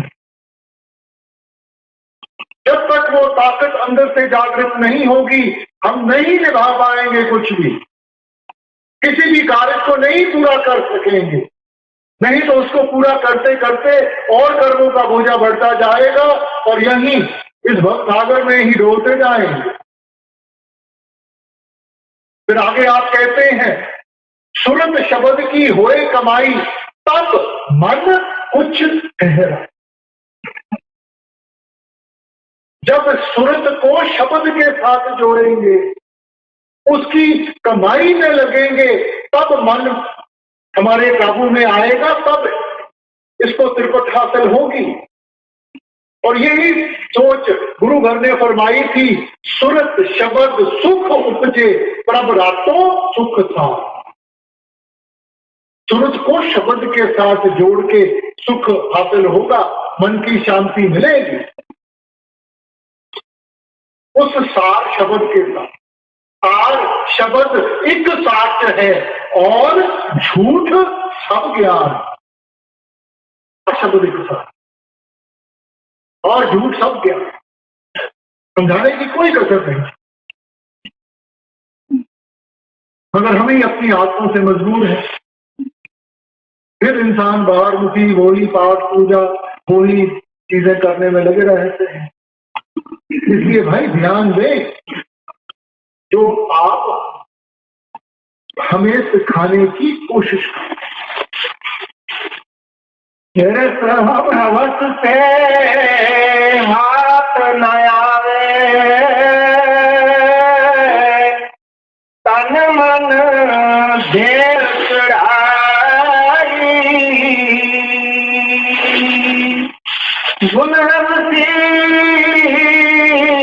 और कपटी जन को लेकर न धुन पत्याई। अब स्वामी जी फिर चेतावनी दे रहे हैं कि ये हमने कोई कार्रवाई नहीं डालनी, ये दिखावे की भक्ति के साथ हमारा कुछ नहीं बनने लगा। किसी भी धर्म स्थान पे चले जाओ, कैसे नीचे लेट लेट के मत्थे टेकते हैं, नाक रगड़ते हैं। अरे भाई, मालिक तो हमें उठाने के लिए आया है, कोई गिराने के लिए नहीं आया। और कह देते हैं कि वो मालिक का घर है, मगर ऐसा दान पुण्य करते हैं और मन में इच्छा होती है कि वहां संगे मरमर में हमारा नाम लिखा होना चाहिए। तो मालिक के घर में क्या हमारे नाम की महिमा होनी चाहिए कि मालिक के नाम की महिमा होनी चाहिए? मालिक की दी हुई धन दौलत थोड़ी सी अगर हमने उसके जीवों के लिए कोई थोड़ी सी दे दी तो उसमें हमारी क्या बड़ाई है? दी तो उसकी हुई है, फिर तो उसके आगे झुकाना चाहिए। मगर मन में इतना अहंकार होता है, देखो जी ये मैंने दान दिया है, ये मैंने दान दिया है। हजूर फरमाया करते थे कि दान उसको कहते हैं कि अगर एक हाथ दे दूसरे को पता नहीं होना चाहिए, वो दान है। हम तो दुनिया में डोंडी पीटनी शुरू कर देते हैं। ये भाई सब दिखावा। हम अपने आप को धोखा दे सकते हैं, दुनिया को धोखा दे सकते हैं, मगर मालिक को धोखा नहीं दे सकते। कितने गहरे पाने हैं, कोई नहीं, कुछ नहीं छुपा उस मालिक के आगे। वो हमारी रग रग की पहचान रखता है, बार बार इन सब चीजों को जताता नहीं। वो सिर्फ इसलिए कि उसका हमारा जो रिश्ता है प्रेम का रिश्ता है, प्यार का रिश्ता है। देखो, माँ बाप बार बार बच्चे को सब चीजें जताते नहीं है, अपने तरीके से, कभी प्यार से, कभी कान खींचकर, कभी किस तरह, कभी दूसरी तरह बच्चे को सही रास्ते के ऊपर लाने की कोशिश करते हैं। ये ठीक है, बच्चा समझता है कि माँ बाप ने खुलकर कहा नहीं, शायद इनको नहीं मालूम। माँ बाप बच्चे की रग को जानते हैं। तो मालिक हमारे हर एक की रग की पहचान रखता है। किसी गलतफहमी में ना बैठे रहे कि उसको इन सब चीजों का मालूम नहीं होगा। हजूर कहा करते थे कि देखो, कमरे में 5 साल का बच्चा बैठा हो, हम कोई ऐसा काम नहीं करेंगे कि बच्चा देख रहा। और जिस मालिक को हम सर्वव्यापी कहते हैं, जो पत्ते पत्ते में, तिनके तिनके में समाया हुआ है, एक बच्चे जितना डर नहीं इंसान को, एक बच्चे जितना डर है। तो भाई, ये जो भक्ति से हैं, ध्यान दें, हर एक का अपना दायरा है। ये कभी भी नहीं मैं कहूंगा कि ये जो हम बाहर करते हैं कि इनमें से कुछ नहीं मिलेगा, मिलेगा। मगर हमारा लक्ष्य क्या है? सारी उम्र कोई पहली क्लास में बैठा रहेगा तो क्या उसको MA की डिग्री मिल जाएगी? पहली क्लास का तो अपना दायरा है। पहली क्लास में हमें काखा गा समझाया जाएगा, ABCD सिखाएगी। MA BA की डिग्री मिलेगी जब हम मेहनत करते हुए आगे बढ़ेंगे, स्कूल पार करते हुए कॉलेज में पहुंचेंगे। तो ये जो बाहर के साधन हमें समझाए गए थे, इनका ताल्लुक था कि हम वातावरण सही बना सके, माहौल ठीक कर सके। और उस वातावरण का फायदा ही नहीं उठाया, अंतर्मुख होके नाम के साथ ही नहीं अपने आप को जोड़ा, तो फिर वातावरण बनाने का क्या फायदा होगा? देखो, एक खिलाड़ी है, खेल को अच्छा खेलने के लिए वो कसरत करता है, मगर सारे दिन में इतनी कसरत करता रहे कि खेल खेलने के लिए वक्त ना हो, या थक के बैठ जाए कि आज मैंने कसरत बहुत कर ली। तो मकसद क्या था? मकसद तो था कि स्टेमिना बने, कि खेल को अच्छी तरह खेल सके। मगर सारा दिन वो कसरत ही करता रहा और खेल नहीं खेली, तो क्या मकसद हुआ? और यही हमारा हाल है। सारी उम्र बाहरली चीजों में लगे रहे, वातावरण बनाने में लगे रहे, अगला कदम उठाया नहीं। तो मालिक तक कैसे पहुंचेंगे? मालिक से रिश्ता कैसे रहेगा? ध्यान दें आप, विचार कर, आंखें नीचे नहीं, आंखें नीचे, इन सब चीजों को समझ कर तब हमने रूहानियत के रस्ते को अपनाना है और आगे बढ़ने की कोशिश करनी। अब अगली तुकों में स्वामी जी हमें थोड़ी सी दृष्टांत देने की कोशिश कर रहे हैं कि जैसे जैसे हम भजन बंदगी में लगेंगे, सुरुत ऊपर की तरफ चढ़ेगी, हम कौन सी मंजिलों से गुजरेंगे, हमें क्या क्या महसूस होगा। धुन भुरलोक अधर की कोई पकड़े संत सिपाही, मन को मार करे असारी, गगन कोट वैले घिराई, खाए सुन पार मैदान, महा सुन नाका परमाना, भवर गुफा का फाटक तोड़ा,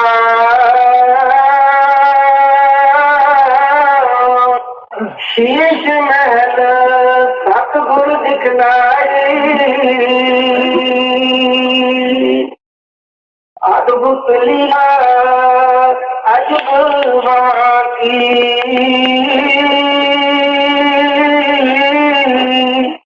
किरण किरण सूरज दिलसाई,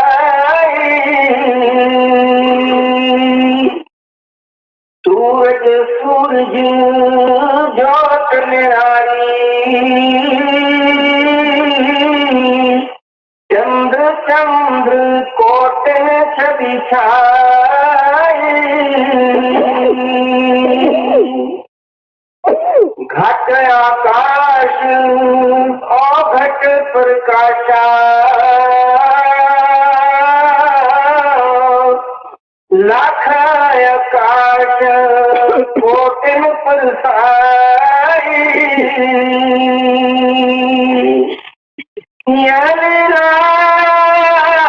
कुछ अजब पेकी,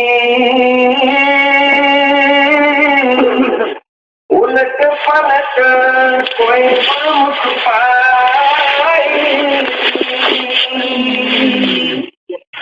कहाँ लग बरनो भेद गाधा, जो कोई लावे सुन समाधान, समझ बूझ गूंगे गुण खाई। अब स्वामी जी अंदरली मंजिलों का एक थोड़ा सा दृष्टांत देते हुए आप कहते हैं, कहाँ लग वर्णु भेद अगाधा, जो कोई आवे उन समाधान, ये किसको समझाएं, किसके आगे बयान करें, क्योंकि ये तो महसूस करने वाली चीजें हैं, लफ्जों के जरिए इनको समझाया नहीं जा सकता। इसलिए आप कहते हैं कि गूंगे को गुड़ देके उसको पूछो कि कितना मीठा है, वो गुनगुन के सिवाय कुछ नहीं बयान कर सकता। तो जिंदगी में कुछ ऐसी चीजें हैं जो लफ्जों के दायरे में नहीं लाई जाती। अब जैसे प्रेम और प्यार की ताकत है, क्या लफ्जों के जरिए हम कभी भी बयान कर सकते हैं कि हम अपने बाल बच्चों से कितना प्रेम करते हैं? अब क्या हम बताएंगे कि बहुत प्यार करते हैं, उस बहुत को ज्यादा जोड़ देंगे, 2-3 बारी उसको दोहरा देंगे, मगर उसकी जो गहराई है, उसकी जो इंटेंसिटी है, वो तो उसी को मालूम है जिसने खुद उस प्रेम और प्यार की भावना को अपने अंदर से समझा है, महसूस किया है, दूसरे को क्या समझाएगा? तो वैसे ही भाई रूहानियत लफ्जों के जरिए नहीं समझाई जा सकती। आप तो एक सिर्फ दृष्टांत दे रहे हैं, मगर साथ में ये भी कहते हैं कि मकसद आपका क्या है कि जब हम भजन बंदगी में लगेंगे तो इतनी गहराई में हमें लेके जाएंगे, किरण किरण सूरज दिखाई। इस वक्त हम अगर सूरज को देखें, हमें तो सिर्फ एक आग का गोला दिखाई दे रहा है, मगर आप कहते हैं फिर एक एक किरण को लेते हुए हम उसकी समझ आएगी, इतनी गहराई में आप लेकर जाएंगे, इतनी इंटेंसिटी में आप सब कुछ हमें समझाएंगे। मगर कब? जो कोई लावे सुन समझ, समाधि लगाकर इस मन को दुनिया से सुन करना। और जैसे जैसे दुनिया से सुन होता जाएगा, अंदर से मालिक का दरवाजा खुलता जाएगा, रस आना शुरू हो जाएगा, फिर हमारे अंदर वो ताकत आएगी, जागृता आएगी कि हम इन चीजों को समझ सके, उस रास्ते के ऊपर चल। पीर साहब ने भी यही सोच रखी थी। आप फरमाते हैं जो बीते सो तो है नाही, जो है सो कहा ना जाई, कहना बहरा क्या समझाई, गूंगे का गुड़ भाई। कि जो हमें दिखाई देता वो तो मालिक है नहीं, जो वो है वो हमें दिखाई नहीं देता। संत महात्मा आके क्या समझाए, गूंगे का गुड़ भाई, कि वो तो एक दृष्टांत देते, प्रेरणा देने के लिए। अंग्रेजी का एक मुहावरा है, वेटिंग दी एपेटाइट, भूख जागृत कर। तो सत्संग के जरिए, इन ग्रंथों पोथियों को जरिए आप हमारी भूख जागृत करते हैं, वो एक दृष्टांत देते हैं कि हम भी मेहनत करें और हम भी उस सच्ची भक्ति में लग के इन सब चीजों को महसूस करने की कोशिश करें। कथ और कह की बात निराली, क्यों कर कहूँ बनाई। राधा स्वामी राज छिपे को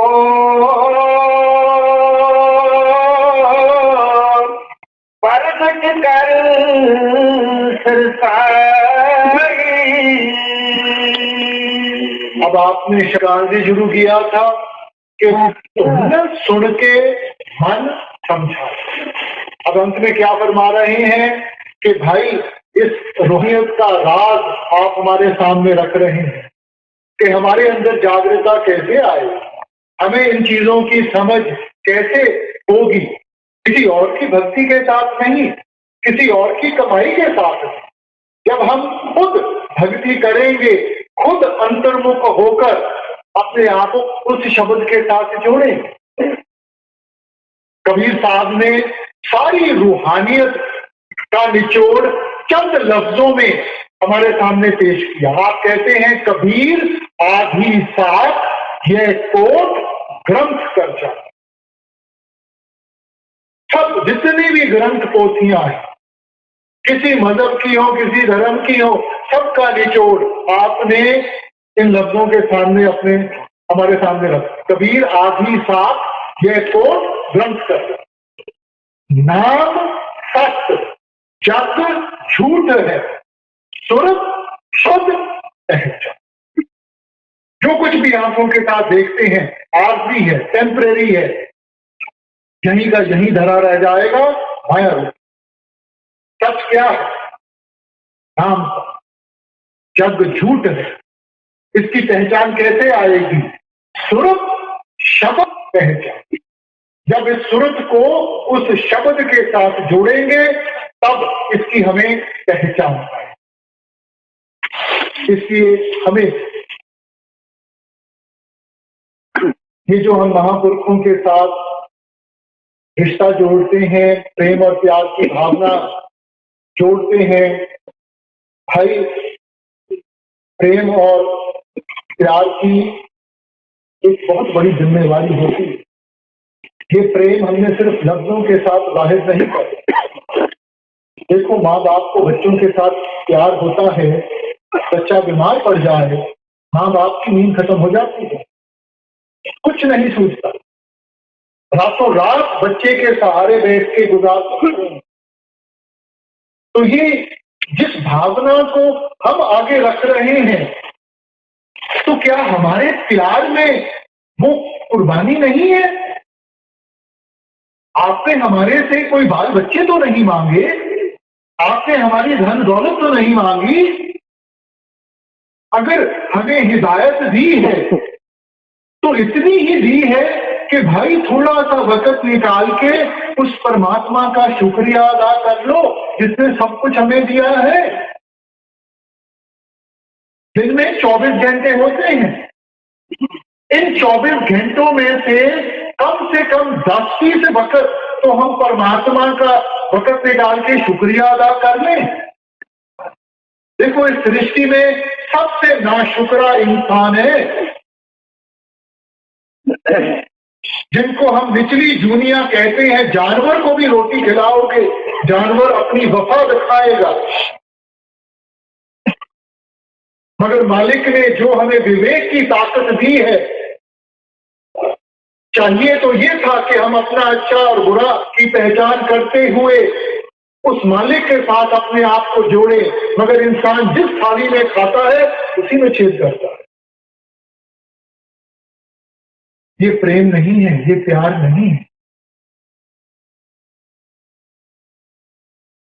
अगर हमें अपने मुर्शिद से सच्चा प्यार है, अगर हम इतनी मेहनत करके इस जगह पे आए हैं, तो कोई मकसद लेकर आएगा।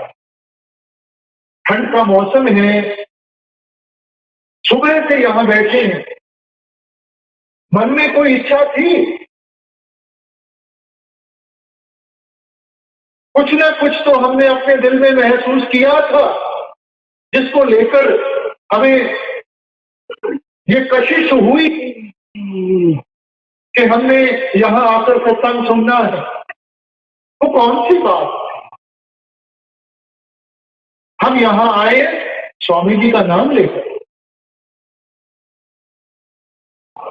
मगर स्वामी जी के साथ अगर हमने अपनी सच्ची भावना जोड़नी है तो सिर्फ लफ्जों के साथ नहीं, सिर्फ ये बाहर दिखावे के साथ नहीं, जो उनकी हिदायत थी, जो उनका उपदेश था, उसको सिर माथे रख के उसके अंदर हमने पूरा उतरने की कोशिश करनी है।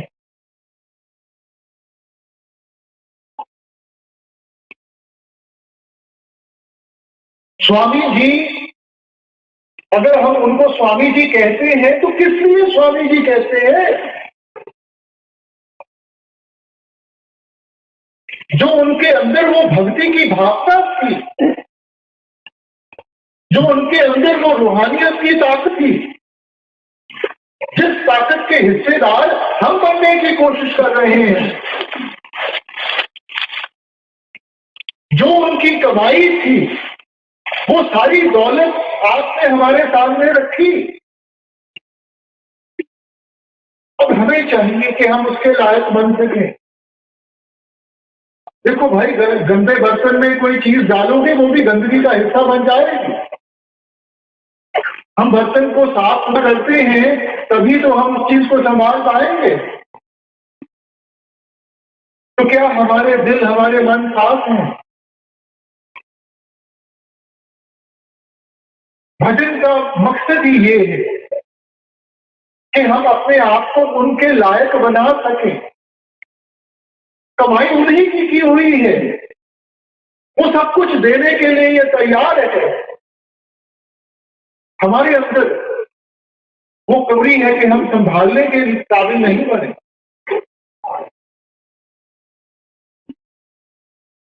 तो अपनी भजन बंदगी के साथ बड़े महाराज जी ने, हजूर ने, बाबा जी ने, सरदार बहादुर ने जो भी इतनी भजन बंदगी की वो हमारे लिए की।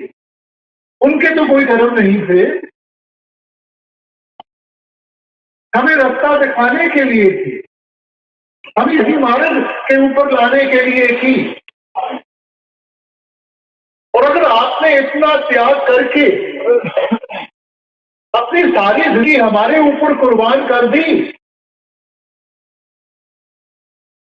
तो क्या हमारी कोई जिम्मेवारी नहीं बनती कि हम थोड़ा सा वक्त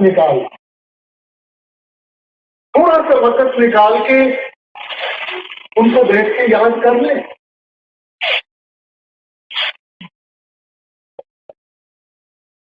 भाई, परमार्थ का मकसद ही है प्रेम और प्यार का रिश्ता। रूहानियत का मकसद ही यही है कि हम उस मालिक की अपने अंदर ऐसी याद बनाएं कि हमें कभी भी बिछोड़ा ना देखना पड़े।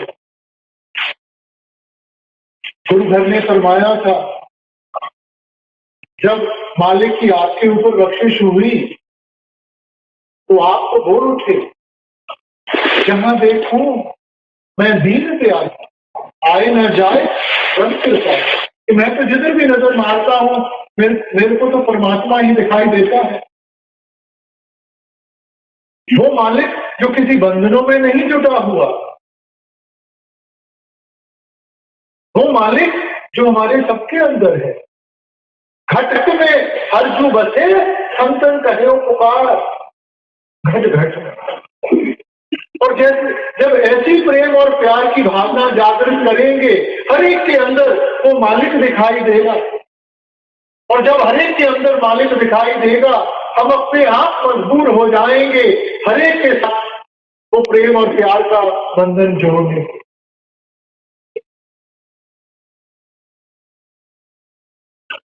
इसलिए अपने फर्ज की थोड़ा सा हम समझें। जो हम करेंगे उससे कहीं ज्यादा उनकी बख्शिश होगी।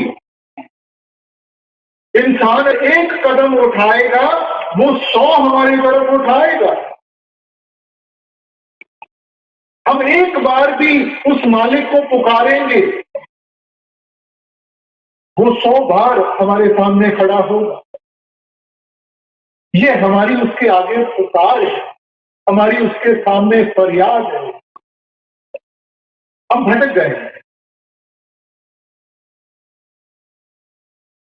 रूहानियत का ये मतलब नहीं है कि आप अपनी जिम्मेवारियों को छोड़ दें, आप बाल बच्चों को छोड़ दें। रूहानियत का मतलब है कि जिम्मेवारी को समझें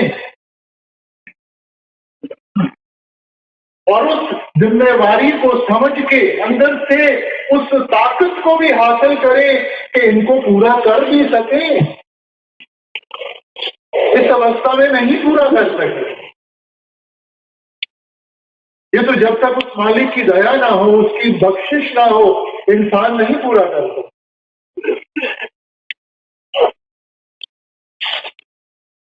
इसलिए हमने अपनी भक्ति में नागा नहीं आने दिया। जैसे हम अपने बाल बच्चों को, अपने माता पिता को प्यार करते हैं, हमें कोई खास वक्त की जरूरत नहीं है, किसी खास जगह की जरूरत नहीं है। उनकी याद तो 24 घंटे हमारे साथ होती है। तो वैसे ही हमने उस परमात्मा की, उस अकाल पुरुष की याद अपने अंदर बनानी है। कोई फर्क नहीं हमारा कौन सा मजहब है, कौन सा धर्म है। फर्क है तो हमारे प्रेम और प्यार का। और जो प्रेम और प्यार की भावना में आके मालिक की भक्ति करेगा, मालिक उसकी भक्ति की लाज जरूर रखा, परमार्थ की बनाएगा। स्वर्ग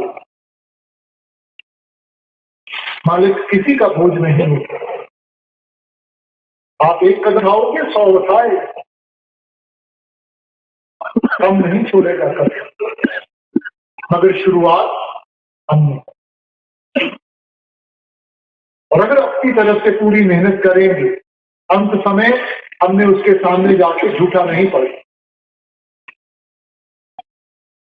हम सिर उठा के ये कह सकें कि हमने अपनी तरफ से पूरी मेहनत की।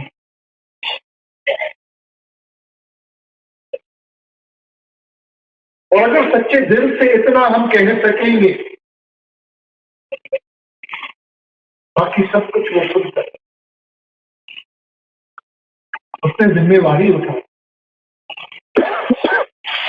महाराज जी ने जिम्मेवारी उठाई, वो नहीं भूले। हम भूल जाते, हमने सिर्फ वो याद बनानी है